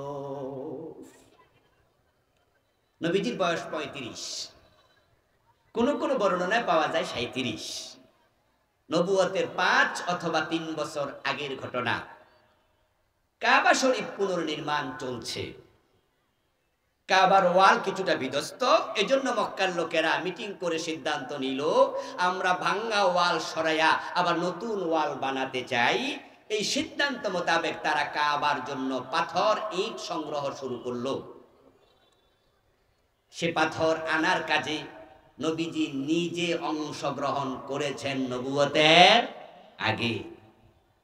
সাথে উনার চাচা আব্বাস ইবনে আব্দুল মুত্তালিব রাদিয়াল্লাহু তাআলা আনহু, নবীজির আপন চাচা। হযরত আব্বাসের বয়স তখন রাসূল থেকে 2 বছর বড়। তো নবীজির বয়স যদি 35, আব্বাসের বয়স 37। নবীজির বয়স যদি হয় 37, তাহলে আব্বাসের বয়স কত? 39। কাবা ঘরের পাথর সংগ্রহ করছে কাঁধে করে। আব্বাস রাদিয়াল্লাহু তাআলা আনহু ভাতিজা মুহাম্মদ ইবনে আব্দুল্লাহর দিকে তাকায়া দেখেন ভাতিজা সুন্দর মানুষ, কাঁধের মাঝে পাথর নেয়ার কারণে কাঁধ লাল হয়ে গেছে। এবার আব্বাস বলতেছে, ভাতিজা আমি যেমন লুঙ্গি খুলে আমার লুঙ্গি কাঁধে নিছি, তার উপরে পাথর রাখছি, তুমিও লুঙ্গিটা খোলো। সহিহ বুখারীর হাদিস, সহিহ মুসলিমের হাদিস। চাচা ভাতিজার পরামর্শ দিচ্ছে, তুমিও আমার মতো লুঙ্গিটা খুইলা কাঁধে নাও, কাঁধে নিয়ে তারপরে পাথর রাখো, তাহলে কাঁধ লাল হবে না, ব্যথা থাকবে না। নবীজি লুঙ্গি খুললেন। হাদিসে পাওয়া যায় সাথে সাথে তিনি বেহুশ হয়ে গেলেন। কোন কোন আলেম বলেছেন তিনি লুঙ্গি খুলতে চেয়েছেন, তবে হাদিসে আছে তিনি লুঙ্গি খুললেন। কিন্তু আল্লাহ তাআলা এটা পছন্দ করেন নাই, তাই সাথে সাথে উনি বেহুশ হয়ে গেলেন। কিছুক্ষণ পর হুশ আসলো, তিনি বললেন যে ইজারি ইজারি, আমার লুঙ্গি কই, আমার লুঙ্গি কই। লুঙ্গি ঠিক করে নিলেন। তাহলে আব্বাসের বয়স 35 যোগ 2 অথবা 37 যোগ 2। উনি বাচ্চা মানুষ ছিল, কথা কয় না, বাচ্চা মানুষ ছিল, কিন্তু লুঙ্গি কই ছিল? আব্বাস ভাতিজারে কইতেছে তুমিও লুঙ্গি খোলো। এর মানে দাঁড়ালো জাহিলিয়াতের যুগের লোকেরা 40-50 বছর বয়সে লুঙ্গি খুলতে কোনো লজ্জা শরম ছিল না। এই মানুষগুলো যে এত নিচু ছিল ইসলাম কায়েমের আগে আপনি ভাবতে পারবেন না। জেনা ব্যভিচার যাদের কাছে টিস্যু ব্যবহারের মতো ছিল, নারীর ব্যবহার। এই যে আপনাদের সবার সামনে আমি টিস্যু দিয়া মুখ মুছে আবার ফেলে দিলাম, এতে কোনো লজ্জা শরম হয়েছে আমার? আপনারা মাইন্ড করছেন যে হুজুর টিস্যু দিয়া মুখ মুছে? না, এটা ব্যাপার না। জাহেলিয়াতের যুগে রাস্তায় দাঁড়াইয়া একসাথে নারী পুরুষ বসে শুয়ে জানা করতো, এটা কোনো ব্যাপার ছিল না। ইভেন তারা জেনা করত আল্লাহর ঘর কাবার ভিতরে ঢুকে। অবাক হবেন, অবাক। আল্লাহর ঘর কাবার ভিতরে ঢুকে তারা নারী পুরুষ মিলে জেনা করত। রাতের বেলায় কাবা ঘর খালি থাকতো, খালি যেহেতু আছে তাই চলো সেখানে কামটা সারি। নাউজুবিল্লাহ পড়ে। রাজশাহী অঞ্চলে কি জেনা নাই? কিন্তু মসজিদের ভিতরে কেউ করে? রাজশাহী অঞ্চলে কি মাদক সেবী 2-4 জন নাই? মসজিদে গিয়ে মদ খা। আমরা খারাপ, তবে এত খারাপ। একদিন রাতের বেলায় 2 জন নারী পুরুষ তারা কাবার ভিতরে ঢুকে জেনায় লিপ্ত হয়ে গেল। নাউজুবিল্লাহ। তাদের উপরে আল্লাহ তাআলা নাখোশ হলেন, চরম নাখোশ।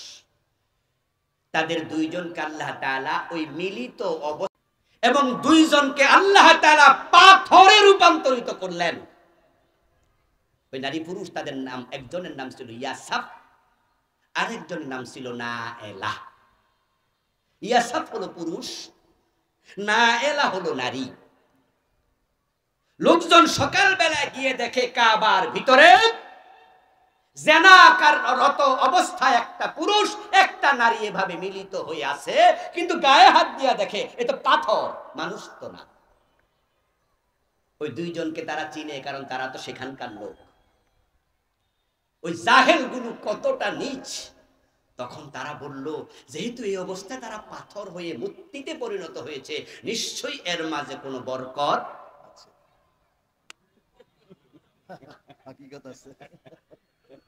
তারা মূর্তি পূজক ছিল। এখন 2 জন কি হয়েছে? মানুষ অবস্থা আছে না মূর্তি? ভাইয়েরা কথা বলে না কেন? মানুষ না মূর্তি? এই মূর্তি অবস্থায় পাইয়া তারা বলল, মূর্তি যেহেতু হয়েছে নিশ্চয়ের মাঝে কোনো বরকত আছে। তো 2টারে টাইম না খুলছে, ছুটাইছে। ছুটাইয়া ইয়াসাব নামক ওই জাহেলকে তারা সাপা পাহাড়ে নিয়া তার পা দুইটা মাটির মাঝে খুঁড়ে দাঁড় করাইয়া তারা সেখানে রাখছে। নায়লা মহিলাটাকে নিয়ে গেছে মারোয়া পাহাড়ে, সেখানে গিয়া দাঁড় করাইয়া রাখছে। হজের মৌসুমে তারা বলতো বরকত নেয়ার জন্য, ইয়াসাব নায়লা সাফা মারোয়া তোমরা প্রদক্ষিণ করো। হজের সময় তারা ওই দুই মূর্তিকে ছাই করতো। নাউজুবিল্লাহ। ইসলাম আসলো, এখন কাবার চত্বরে আমরা কোন ল্যাংটা পুরুষ আর দেখি না। এখন কাবার অঞ্চলে জেনাবে বিচার নাই, চুরি করতে এখন আর চুরি নাই। নবীজি আসছেন, ডাকাতি নাই, রাহাজানি নাই, চিন্তাই নাই। বাংলাদেশের সুদ আছে, ঘুষ আছে, সেনা আছে, মদ আছে, চুরি আছে, ডাকাতি আছে, খুন আছে। 5 বছরের জন্য কোরআনকে ক্ষমতায় নিয়ে দেখো, 5 বছর লাগবে না, 6 মাসের ব্যবধানে মাদক বাংলার সীমানায় থাকবে না।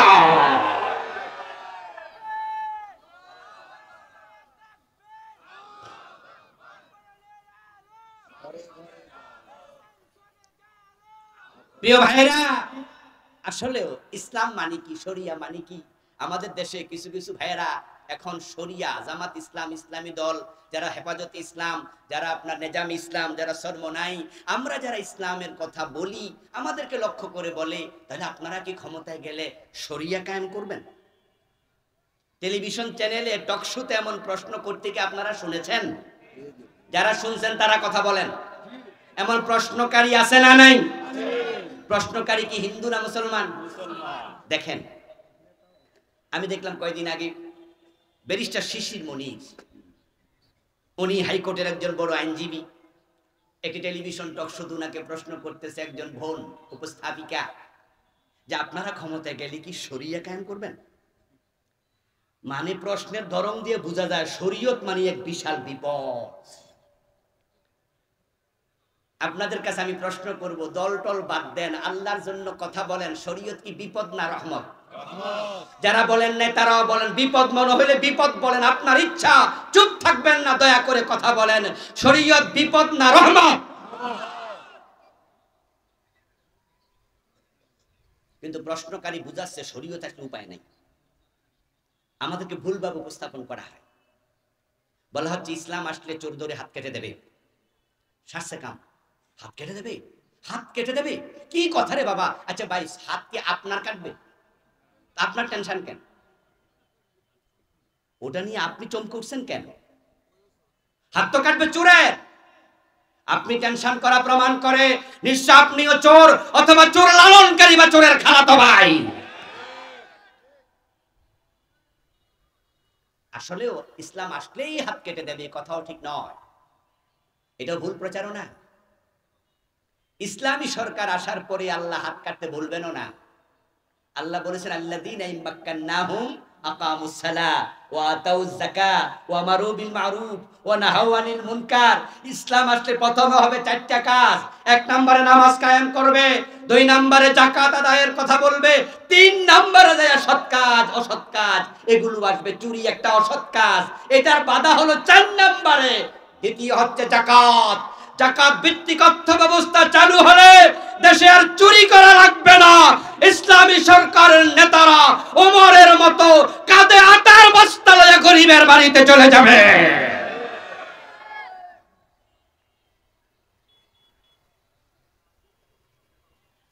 বাংলাদেশের ইসলামী এক দলের বড় নেতা, তিনি ডাক্তার মানুষ, তিনি বলেছেন কিছুদিন আগে, তার দল যদি ক্ষমতায় যায় তার এমপিদের কোনো টাকা পয়সা বাড়বে না, তাদেরকে কড়ায় গন্ডা হিসাবের আওতায় আনা হবে। তাহলে তারা যদি নেতা হয় তাহলে চাঁদাবাজি থাকবে না, চুরি করা দরকারই হবে না।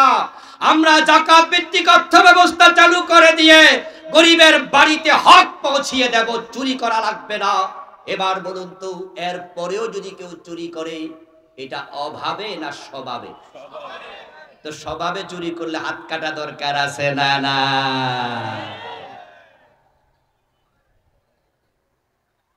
আমার বন্ধু, যাকাত ভিত্তিক অর্থ ব্যবস্থা যদি চালু হয়ে যায়, বাংলাদেশকে দারিদ্র মুক্ত করতে 2 যুগ লাগবে না। মাদক, আরে মাদক নির্মূল করতে তো 6 মাসও লাগবে না। আপনাদের কাছে আমার প্রশ্ন, সহজ সরল প্রশ্ন, জবাব দিন। যারা মদ খায় তারা কি পেটের ক্ষুধার কারণে মদ খায়? আরে হ্যাঁ কয় না কেন জোরে, ক্ষুধার কারণে মদ খায়? তাহলে মদ কেউ ক্ষুধার কারণে খায় না, যে হুজুর এমন ক্ষুধা লাগছে খাওয়ার কিছু পাইনি তাই মদটা খাইছে। আচ্ছা, যারা মদ খায় তাদেরকে কেউ মদ খেতে বাধ্য করে? যে হুজুর লাঠি ধরছিল, মদ না খাইলে বলছে মাথা ভেঙে গেলাম, ডরে খাইছি না। মদ যারা খায় তারা শুধু শুধু মদ খায়, শুধু শুধু খাও খাও, শয়তান খাও, নফসের তাড়িত হয়ে খাও। বাংলাদেশের সীমানায় আমি যতটুকু জানি কোন হেরোইনের ফ্যাক্টরি নাই। বাংলাদেশের সীমানায় কোনো ইয়াবার উৎপাদন হয় না। যত ইয়াবা বাংলাদেশে আসে তা ভারত এবং মায়ানমার থেকে আসে। যত হেরোইন বাংলাদেশে আসে সব সীমান্ত দিয়ে বাংলাদেশে আসে। যত ফেন্সিডিল আসে সব ইন্ডিয়া অথবা অন্য দেশ থেকে আসে। এই দেশে মাদকের ফ্যাক্টরি নাই, ইয়াবা তৈরি হয় না, হেরোইন তৈরি হয় না, আফিম তৈরি হয় না, ফেন্সিডিল তৈরি হয় না। এগুলো বিদেশ থেকে কারা আনে, কারা ব্যবসা করে, পুলিশ সবার নাম জানে, তালিকা জানে। আমরা প্রশাসনকে ইসলাম কায়েমের পরে বলে দেব, সময় দিলাম 6 মাস। 6 মাসের ব্যবধানে যেই থানায় পেন্সিল পাওয়া যাবে ওই ওসিকে চাকরি থেকে বরখাস্ত করা হবে।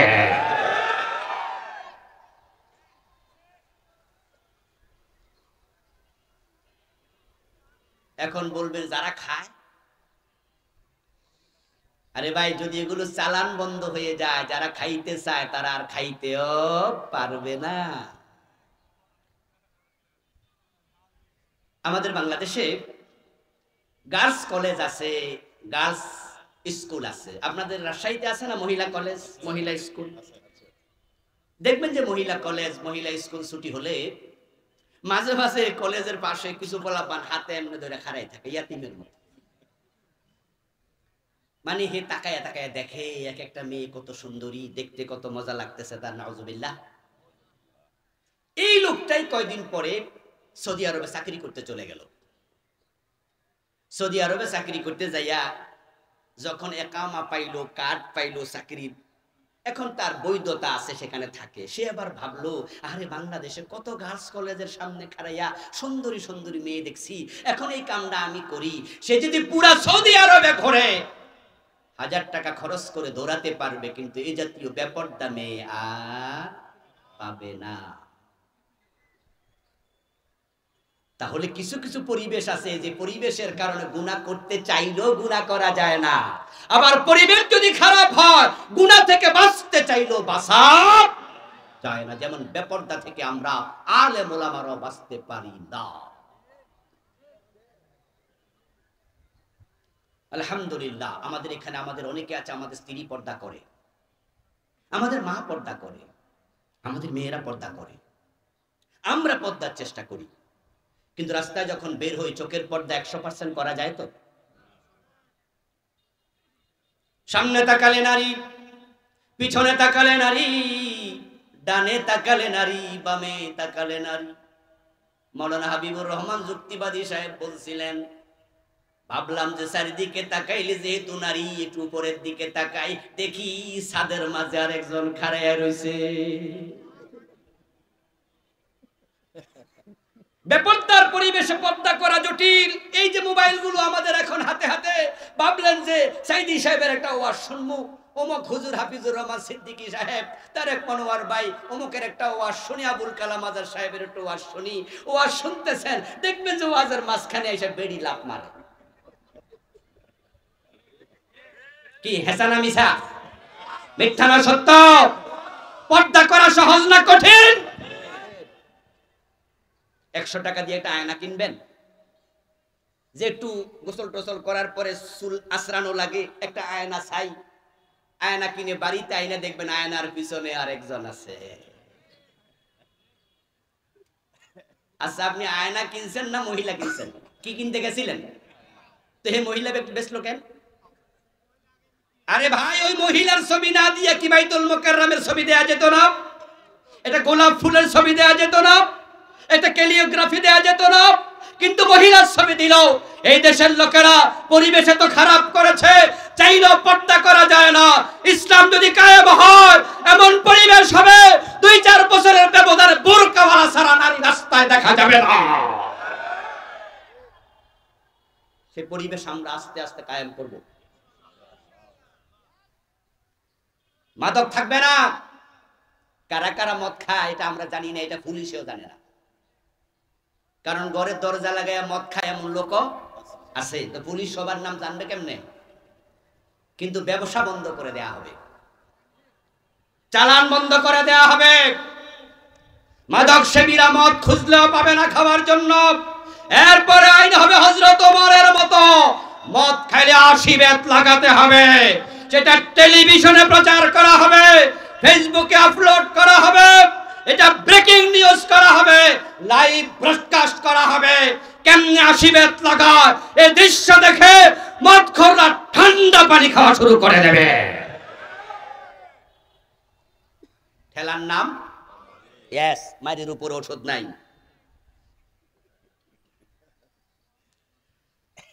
এই জন্য ইসলামের বিধানগুলো খুব সুন্দর এবং সাইকোলজিক্যাল, খুবই সাইন্টিফিক।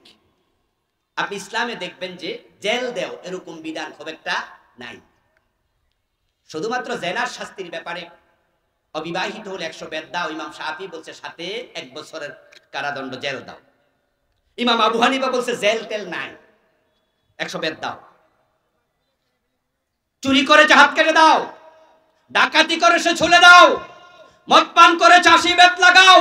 কারণটা কি? কারণটা কি? জেল নাই কেন? সুবহানাল্লাহ। আমি একটি কামেল মাদ্রাসায় পড়াই, তাফসিরে জালালাইন পড়াচ্ছি 2001 থেকে। তো এখন 2000 কত? 25 বা 24 বছর। আলহামদুলিল্লাহ। 2003 থেকে কামেল মাদ্রাসার মুহাদ্দিসি করি। এর আগে একটি ফাজিল মাদ্রাসার লেকচারার ছিলাম। ওখান থেকে তাফসিরে জালালাইন পড়াই, সূরা নূর পড়াই, বিভিন্ন সূরার সাথে সূরা আছে। আমি আমার স্টুডেন্টদেরকে বলি, দেখো ইসলাম কত সাইন্টিফিক। আমাদের দেশে ডক্টর কামাল মিয়ারা পাশ্চাত্যের আইন ধার আনছে যে চুরি করলে জেলে দাও, 6 মাস জেল, 1 বছর জেল, 2 বছর, 5 বছর জেল। ইসলাম বলছে না, তার হাতটা কেটে দাও। আমাদের দেশের আইনটা দেখো কত দুর্বল। আচ্ছা, আপনাদের কাছে আমার প্রশ্ন, যে লোকটা চুরি করছে স্বভাবে, অভাবে নয়, তার হাত কাটার বিধান ইসলামে আছে। আমরা বলছি না, তাকে জেলে দাও। তাকে 6 মাস জেলে দিলেন। যেই লোকটা চোর, সে ভালো মানুষ না খারাপ মানুষ? খারাপ মানুষ। তাকে দিলেন জেলে। জেলের মাঝে খাবার কয় বেলা? এই জেল খাটছেন যারা হেরাকন, যারা খাটেন নাই শুনছেন তারাও বলুন, কমপক্ষে 2 বার খাবার আছে কিনা? 3 বেলাই দেয়, তবে 2 বার বন্টন করে, আর 1 বেলা রাইখা রাইখা খায়। 3 বেলায় খাবার দেয়। ও রাজশাহীতে 3 বেলাই দেয়।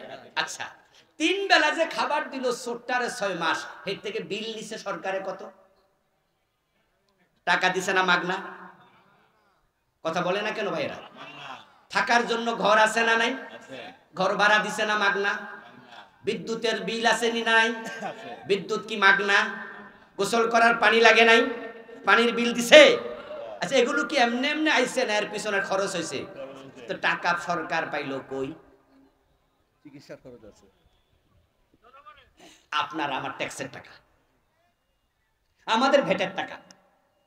এবার আপনারা বলুন যে আপনি সরকারকে ট্যাক্স দেন, সোরের বইয়া বইয়া খাওয়াইতো।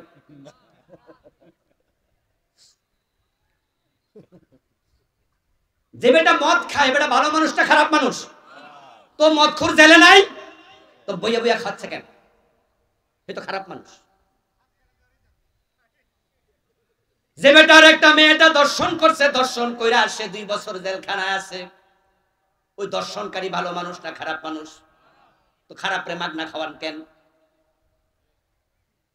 আমরা তো আমাদের টাকা দিয়া চোরকে পালতে বলি নাই, আমাদের টাকা দিয়া ডাকাতকে পালতে বলি নাই, আমাদের টাকা দিয়া জেনাকারী মদখোরকে পালতে বলি নাই। এই জন্য ইসলামের বিধান হলো চুরি করলে হাত কেটে দাও, খরচ হবে না, বরং খরচও পয়সা যাবে। হাত কাটা একটা চোর দেখে অন্য চোরেরা তারের মতো সোজা হয়ে যাবে।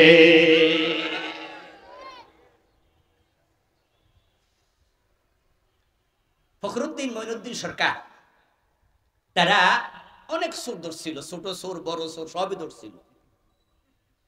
যদিও সেখানে কিছু বাড়াবাড়িও ছিল, কিন্তু তারা চোর যে ধরছে তাতে আমাদের কোনো সন্দেহ নাই। অনেক চোর ধরছিল, ধরে ধরে জেলে দিচ্ছে, ওরা ছাড়া পেয়ে গেছে।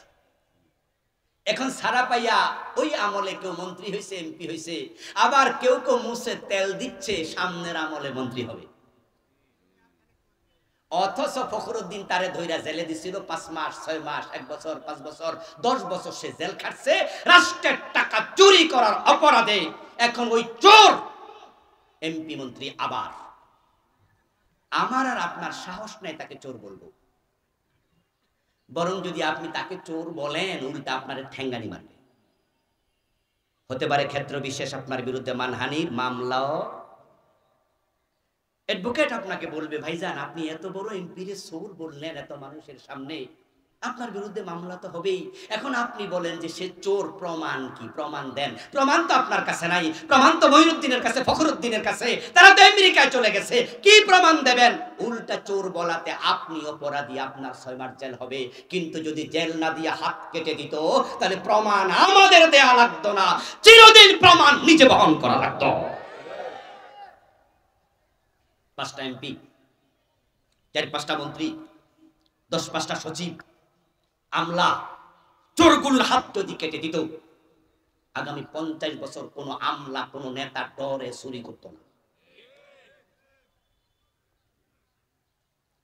দিন কায়েম তখনই হবে যখন আল্লাহর কোরআনটাকে আমরা সংবিধান বানাবো। নবীজি মুহাম্মদ সাল্লাল্লাহু আলাইহি ওয়াসাল্লাম মক্কায় 13 বছর ছিলেন, কিন্তু মক্কায় দিন তিনি কায়েম করতে পারেন নাই। কারণ মক্কার সংসদ ভবন দারুন নাদওয়াতে আবু জেহেলরা প্রিয় নবীকে কোরআন নিয়ে ঢুকতে দেয় নাই। তারা আইন করেছিল লা তাসমাউ লিহাযাল কুরআন ওয়ালগাউ ফীহি লাআল্লাকুম তাগলিবুন। মক্কার সংসদে তারা আইন করেছে এ কোরআন শোনা যাবে না। ওয়ালগাউ ফীহি, কোরআন যেখানে শোনানো হবে সেখানে গন্ডগোল লাগাও, 144 জারি করো। আবু জেহেলরা যে আইন করছিল গত 17-15 বছরে আমরা এটাই বাংলাদেশে বাস্তবায়ন করতে দেখেছি। আর এক নতুন আবু জেহেলেরা। কোরআনের মাহফিলে কত সুয়াল নিয়ে যারা হয়েছে, একটা মাহফিলের অনুমতির জন্য পায়ের তলা ক্ষয় হয়ে যেত। যেমন আমাদের রুহুল আমিন ভাইয়ের আজকে যে এখানে মাহফিল করছে, এখানে কি মাহফিলের জন্য লিখিত দরখাস্ত ডিসির কাছে, টিউনোর কাছে, ওসির কাছে, নেতার কাছে, খেতার কাছে যাওয়া লাগছে? কিন্তু আগের যুগে ওরে বাবা রে বাবা। তারপরে আবার বক্তাকে, ইয়েস জাহাঙ্গীর ভাই ঠিক কথা বলেছে, আপনাদের ছাপাইতে আমার মাহফিল। নরমালি আমি দূরে মাহফিল দেই না, আপনাদের এখানেও তো আমি খুব একটা আসি নাই, রাজশাহীতে 2-4টা মাহফিল করি। এবারও রুহুল আমিন ভাই ধরছে বিদায় দিয়েছি, দূরের প্রোগ্রাম আমি করি না। ছাপাইতে মাহফিল কে জানি খুব ধরছিল, দিছি 2017-18 হতে পারে। আমাকে একবার মাহফিল কমিটি ফোন দিয়ে বলতেছে, হুজুর আপনার আইডি কার্ডটা একটু হোয়াটসঅ্যাপে পাঠান। তো আমি তখন বললাম যে আইডি কার্ড হোয়াটসঅ্যাপে কেন? বলল না, ডিসি সাহেবের পক্ষ থেকে বলছে যে কোন হুজুর উনার আইডি কার্ডটা সব পাঠাও, ঠিকানা ঠিকানা যা আছে। আমি মুখের উপর বলে দিলাম তোমার চাপাই মাহফিল ক্যান্সেল, ওখানে আমি চাকরির ইন্টারভিউ দিতে যাব না, যে আমার ঠিকানা দিয়ে তারপরে মাহফিল করতে হবে। চাপাইতে গেলাম না, প্রিয় ভাইরা, মাহফিলটা আমি ক্যান্সেল করে দিয়েছিলাম। অমুক বক্তা আসতে পারবে, তমুক বক্তা আসতে পারবে না। এই জমিনটা তোমার বাপ দাদার না, জমিন 20 কোটি মুসলমানের। অন্যায় করেছো, সীমা লঙ্ঘন করেছো, আল্লাহ তোমাদেরকে দেশে থাকতে দেয় নাই, দুপুরের ভাত খেয়ে পালানোর সুযোগ পাও নাই।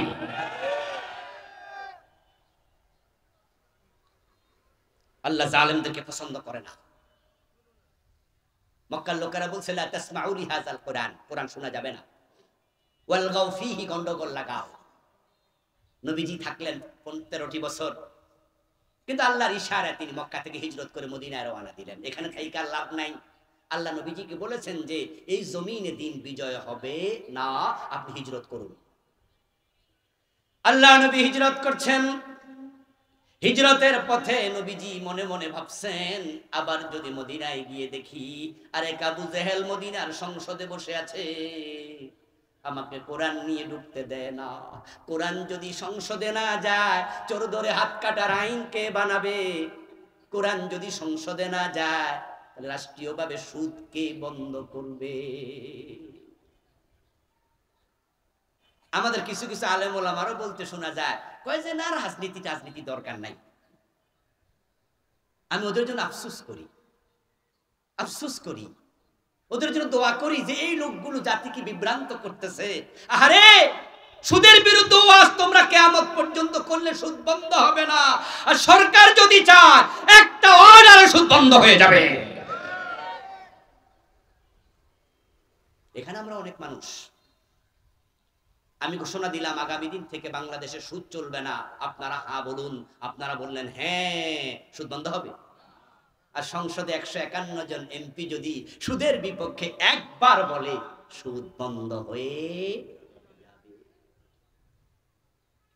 নবীজি ভাবলেন যে আল্লাহ তাআলা আমাকে দিন বিজয়ের দায়িত্ব দিলেন, বললেন ওয়া রাব্বাকা ফাকাব্বির, তোমার রব মহান, এটা বলো। আল ইসলাম ইয়াদু ওয়া লা ইউলা আলাইহি, ইসলাম বিজয়ী হতে আসছে, পরাজিত হতে নয়। নবী মুহাম্মদ একানয় কানাত বনু ইসরাঈল তাসুসুহুমুল আম্বিয়া কুল্লামা হালাকা নাবিয়্যুন খালাফাহু নবী। নবী মুহাম্মদ বলে, সহিহ বুখারীর হাদিস, বনি ইসরাঈলের সকল নবী ছিল সমাজের নেতা। তাসুসুহুমুল আম্বিয়া সাসায়াসুসু, এখান থেকে তাসুসু সিয়াসাত, নেতৃত্ব, রাজনীতি। বনি ইসরাঈলের সব নবী ছিল নেতা। মক্কা নবী মুহাম্মদ তিনি নেতা হতে পারেন নাই, আবু জাহেল নেতা, অথচ তাকে নেতা বানানো উচিত। হিজরত করছেন, ভাবছেন এখন মদিনায় গিয়ে কি লাভ হবে যদি সেখানে আরেক আবু জাহেল থাকে সংসদে। আল্লাহ তাআলা মানুষের অন্তরের খবর জানেন সবচেয়ে বেশি। তিনি জিবরিলকে পাঠালেন, আমার রাসূলের কাছে গিয়ে বলো আমার রাসূল যেন নেতৃত্বের জন্য আমার কাছে দোয়া করে। কোরআনের আয়াত নাযিল হলো, ওয়াকুর রাব্বি আদখিলনি মুদখালা সিদকিন ওয়া আখরিজনি মুখরাজা সিদকিন ওয়াজআল লি মিন লাদুনকা সুলতানান নাসীরা। সুবহানাল্লাহ পড়েন ভাইয়া। এই আয়াতটা আল্লাহর কোরআনে এখনো আছে? আছে। মানসুখ হয় নাই, এটা আছে। হে নবী, আপনি আমার কাছে বলুন যে আল্লাহ, হে আমার রব, আমাকে তুমি যথাযথভাবে মক্কা থেকে বের করো, যথাযথভাবে মদিনায় প্রবেশ করা। শেষ অংশ, ওয়াজআল লি মিন লাদুনকা, তোমার পক্ষ থেকে আমাকে দাও সুলতানান নাসীরা, রাষ্ট্র ক্ষমতা, যেটা আমাকে দিন কায়েমে সাহায্য করবে। এই দোয়া আপনারা কয়দিন করছেন? ওয়াজআল লি মিন লাদুনকা সুলতানান নাসীরা, এই আয়াতের আলোকে রাষ্ট্র ক্ষমতা ইসলাম যাক, এজন্য কয়দিন চেষ্টা করেছেন, কয়দিন দোয়া করেছেন, কয়জন মানুষের কাছে দাওয়াত দিয়েছেন, উল্টা আরো বলতেছেন রাষ্ট্র ক্ষমতা দরকার নাই, তোমার চিন্তা আল্লাহর কোরআনের উল্টা। নবীজি দোয়া করলেন, দোয়া রাস্তায় থাকতে কবুল, দোয়ার সাথে সাথে কবুল। কবুল হবে না কেন? দোয়া করছে কার কাছে? ভাইয়েরা কথা বলতে হবে তো। দোয়া করছে কার কাছে? দোয়া করছে, আল্লাহ দিয়ে দিছে। আমরা তো চাইতে জানি না। নবীজি চেয়েছেন, আল্লাহ তাআলা মুওয়াফিক করে দিয়েছেন। এবার চাইতে হবে। আল্লাহ সুযোগ দিয়েছেন। আগস্ট বিপ্লবের কারণে, জুলাই বিপ্লবের কারণে আল্লাহ ইসলামকে রাষ্ট্র ক্ষমতার কাছাকাছি অলরেডি নিয়ে এসেছেন। ডাকসু প্রমাণ করে এই দেশের মানুষের অন্তরে আল্লাহ পরিবর্তন দিয়েছেন। আমরা মাথা তুলে দাঁড়াতে যদি পারি, আগামীর সংসদ হতে পারে কোরআনের সংসদ হয়ে যাবে।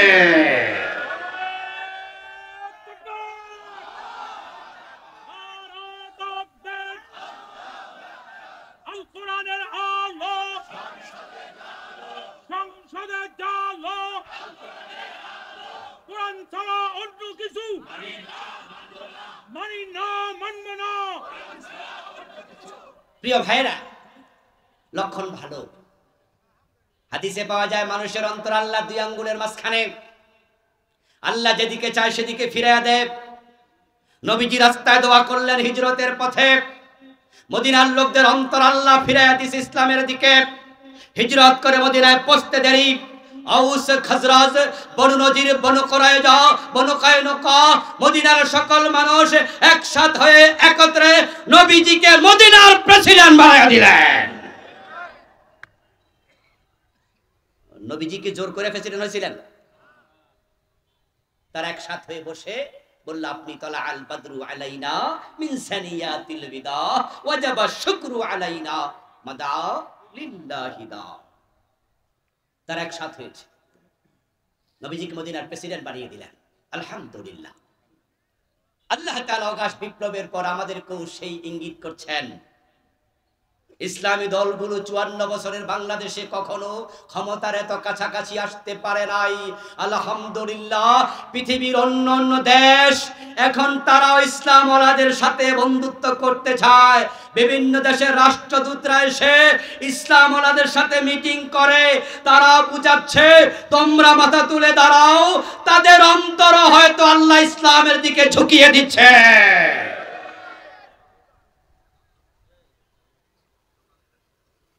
আফগানিস্তান আমেরিকাকে হারিয়ে যারা যখন বিজয় হলো, এর আগে তালেবান শব্দ শুনলেই কিন্তু আমরা ডরাইতাম যে কথা কোন যাব না, এটা সন্ত্রাসী। কিন্তু যখন আফগানিস্তান ইসলাম বিজয়ী হয়ে গেল, আমেরিকান সরকার ও তালেবানের সাথে বন্ধুত্ব করতে বাধ্য হলো, কূটনৈতিক সম্পর্ক ঘোষণা দিয়ে পুনঃস্থাপন করল।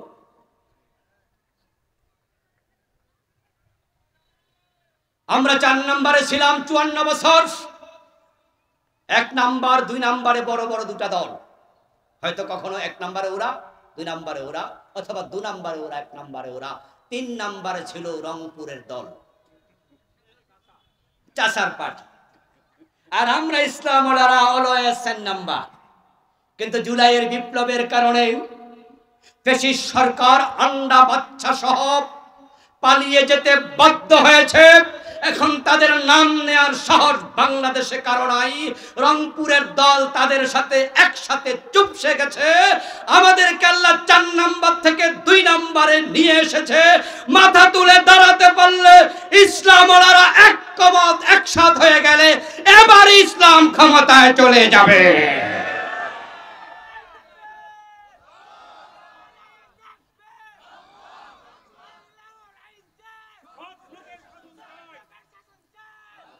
প্রিয় ভাইরা, দিন বিজয়ের কাছাকাছি, এখন ভূমিকা রাখতে হবে এবার বেশি। আপনারা যারা ভিন্ন দলে আছেন মনে কষ্ট নেবেন না। আমি আমার বাবার আইনের কথা বলি না, দাদারটা বলি না। আমি নেতা হতে চাই না, আমি এমপি মন্ত্রী কোনোটাই না।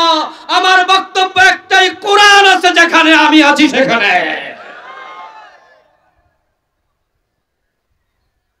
দেশটা 92% মুসলমানের। দল যে আসুক আসুক আমার আপত্তি নেই, কিন্তু কোরআন দিয়ে চালাতে হবে। আর কোরআন দিয়ে যদি আমাদের বড় বড় দলগুলো বলে যে আমরা কোরআনের বিজয় চাই, আমরা কোরআন কায়েম করতে চাই, আমাদের আলেমদের আলাদা দল লাগবে না, আমরা তোমাদের দলে চলে যাব। কিন্তু তোমরা বলবে যে আমরা শরিয়া আইনে বিশ্বাস করি না, এটা তো চলবে না, এটা তো চলবে না। যে শরীয়ত, যে ইসলাম কায়েমের জন্য আল্লাহ আমাদেরকে দায়িত্ব দিলেন, শারা আলাকুম মিনাদ-দ্বীন বলে, আর তুমি বলবে সেই শরিয়া মানি না, তাহলে তুমি আমার ভালোবাসা কিভাবে পাবে? শরিয়া মানি না এই কথা বলার পরে তার সাথে তার দলে থাকা জায়েজ হবে না। তবে হে আল্লাহু ইয়াজতাবি ইলাইহি মান ইয়াশা, এই কাজের জন্য আল্লাহ সকলকে মনোনয়ন দেয় না। দিন কায়েমের কাজ সবাই করতে পারে না। যাদেরকে আল্লাহ ভালোবাসেন শুধু তাদেরকে দায়িত্ব দেন। কাবুরা আলাল মুশরিকিনা মা তাদউহুম ইলাইহি, আর এই কাজের কথা বললে তারাই কষ্ট পায় যারা মুশরিক। বলেছেন কে? আল্লাহ।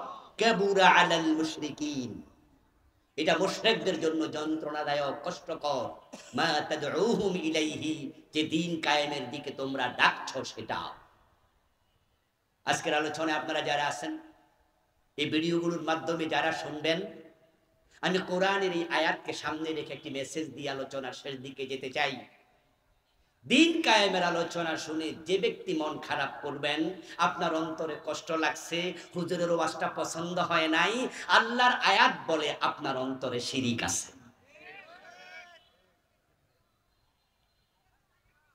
আর যাদের ভালো লেগেছে তারা খুশি হন, আলহামদুলিল্লাহ পড়েন যে আমার অন্তরে শিরিক নাই। ইনশাআল্লাহ আমরা আশাবাদী বাংলার এই জমিনটা কোরআনের আলোকে চলবে। আল্লাহ আমাদের সকলকে দিন কায়েমের জন্য যেই ভূমিকা রাখা দরকার সে ভূমিকা রাখার তৌফিক দাও, বলেন আমিন। আমি বিশ্বাস করি এই জন্য ঐক্যবদ্ধ প্রচেষ্টা দরকার। ইসলামী দলগুলো যেন এক হয়ে যায়, এ দোয়া করেন। কিন্তু কিছু ইসলামওয়ালার মাঝেও ঝামেলা দেখা দিছে। মাথায় পাগড়ি দিয়ে, গায়ে লম্বা পাঞ্জাবি পরে যারা শরিয়া মানি না বলে, তাদের সাথে 2-4টা এমপি ভাগাভাগি পাওয়ার জন্য কিছু আলেম একসাথে মিটিং করছে, ওই দিকে ঝুঁকতেছে। ইসলামী ঐক্যের জায়গায় না এসে শরিয়া মানি না, এদের সাথে যারা একাত্ম হবে তারা এই দেশের দালাল আলেম হিসাবে চিহ্নিত হয়ে থাকবে। এগুলো দালাল ওলামায়ে সু। আল্লাহ তাআলা বাংলার জমিনে দিন কায়েমের জন্য আমাদের সকলকে ঐক্যবদ্ধ প্রচেষ্টা করার তৌফিক দিন, বলি আমিন। হাযা মা ইনদি ওয়াল ইলমু ইনদাল্লাহ আলাইহি তাওয়াক্কালতু ওয়া ইলাইহি উনীব। আল্লাহ হাফেজ। মাহফিলের সম্মানিত সভাপতি মুহতারাম মাওলানা রুহুল আমিন ভাই, যদি কোনো কথা থাকেন তিনি বলবেন, তারপরে আমরা সংক্ষিপ্ত দোয়া করে যাব ইনশাআল্লাহ। والسلام على نبينا محمد وآله وأصحابه أجمعين. ربنا ظلمنا أنفسنا وإن لم تغفر لنا وترحمنا لنكونن من الخاسرين. ربنا آتنا في الدنيا حسنة وفي الآخرة حسنة وقنا عذاب النار. رب ارحمهما كما ربياني صغيرا. আয় রব্বুল আলামিন, আজকের এই মাহফিল তুমি কবুল করো। আমাদের জীবনের গুনাহগুলো মাফ করে দাও। আমাদের কারো মা নাই, কারো বাবা নাই, আপনজন প্রিয়জন কবরে, সকলের কবরকে জান্নাতের টুকরা বানায়া দাও। সবার জীবনের সব গুনাহ মাফ করে দাও। ইয়া আল্লাহ, এই মাদ্রাসার আয়োজনে আজকের এই মাহফিল কাশফুল কোরআন মাদ্রাসা, এখান থেকে আজকে 28 জন ছাত্রকে আল্লাহ কোরআন খতমের অ্যাওয়ার্ড দেওয়া হলো, পাগড়ি দেওয়া হলো। আল্লাহ এই মাদ্রাসার এই ছাত্রগুলোকে বড় বড় দ্বীনের দায়ী বানায়া দাও, বড় বড় আলেম হিসাবে কবুল করে নাও। এই মাদ্রাসাকে হেদায়েতের মার্কাজ হিসাবে কবুল করো। এখান থেকে হাজার হাজার দায়ী, বড় বড় আলেম তামাম দুনিয়া ছড়ায়া দাও। আল্লাহ মাদ্রাসার সভাপতি রুহুল আমিন ভাই, সহ সভাপতি সহ অন্যান্য দায়িত্বশীল ছাত্র শিক্ষক, ইয়া আল্লাহ সকলকে দ্বীনের জন্য কবুল করো। আজকের মাহফিলের জন্য টাকা দিলেন, পয়সা দিলেন, বুদ্ধি দিলেন, পরামর্শ দিলেন, যারা সকলের সব খেদমত তুমি কবুল করো। ইয়া আল্লাহ, আমার মা বোনেরা মাহফিল শোনার জন্য এসেছেন দূর দূরান্ত থেকে অনেকে, সকলকে ফাতেমাতুজ জাহরার মতো ঈমান আমলওয়ালা বানায়া দাও। মনিব বাংলার জমিনকে কোরআনের জন্য কবুল করো। ইয়া আল্লাহ, মুহতারাম ডাক্তার জাহাঙ্গীর ভাই সর্বক্ষণ আমাদের সাথে বসে আমাদেরকে সময় দিলেন, উজ্জীবিত করলেন। ইয়া আল্লাহ, ভাইকে তুমি দ্বীন এবং জাতির খাদেম বানায়া দাও। ইয়া আল্লাহ, বাংলাদেশ কোরআন দিয়ে চলছে এমন দৃশ্য দেখে আমাদেরকে মরার তৌফিক দাও। সুবহান রাব্বিকা রাব্বিল ইজ্জাতি আম্মা ইয়াসিফুন ওয়া সালামুন আলাল মুরসালিন ওয়ালহামদুলিল্লাহি রাব্বিল আলামিন। সুবহানাকাল্লাহুম্মা বিহামদিক আশহাদু আল লা ইলাহা ইল্লা আনতা আস্তাগফিরুকা ওয়া আতুবু ইলাইক। ওয়াসসালামু আলাইকুম ওয়া রাহমাতুল্লাহি ওয়া বারাকাতুহু।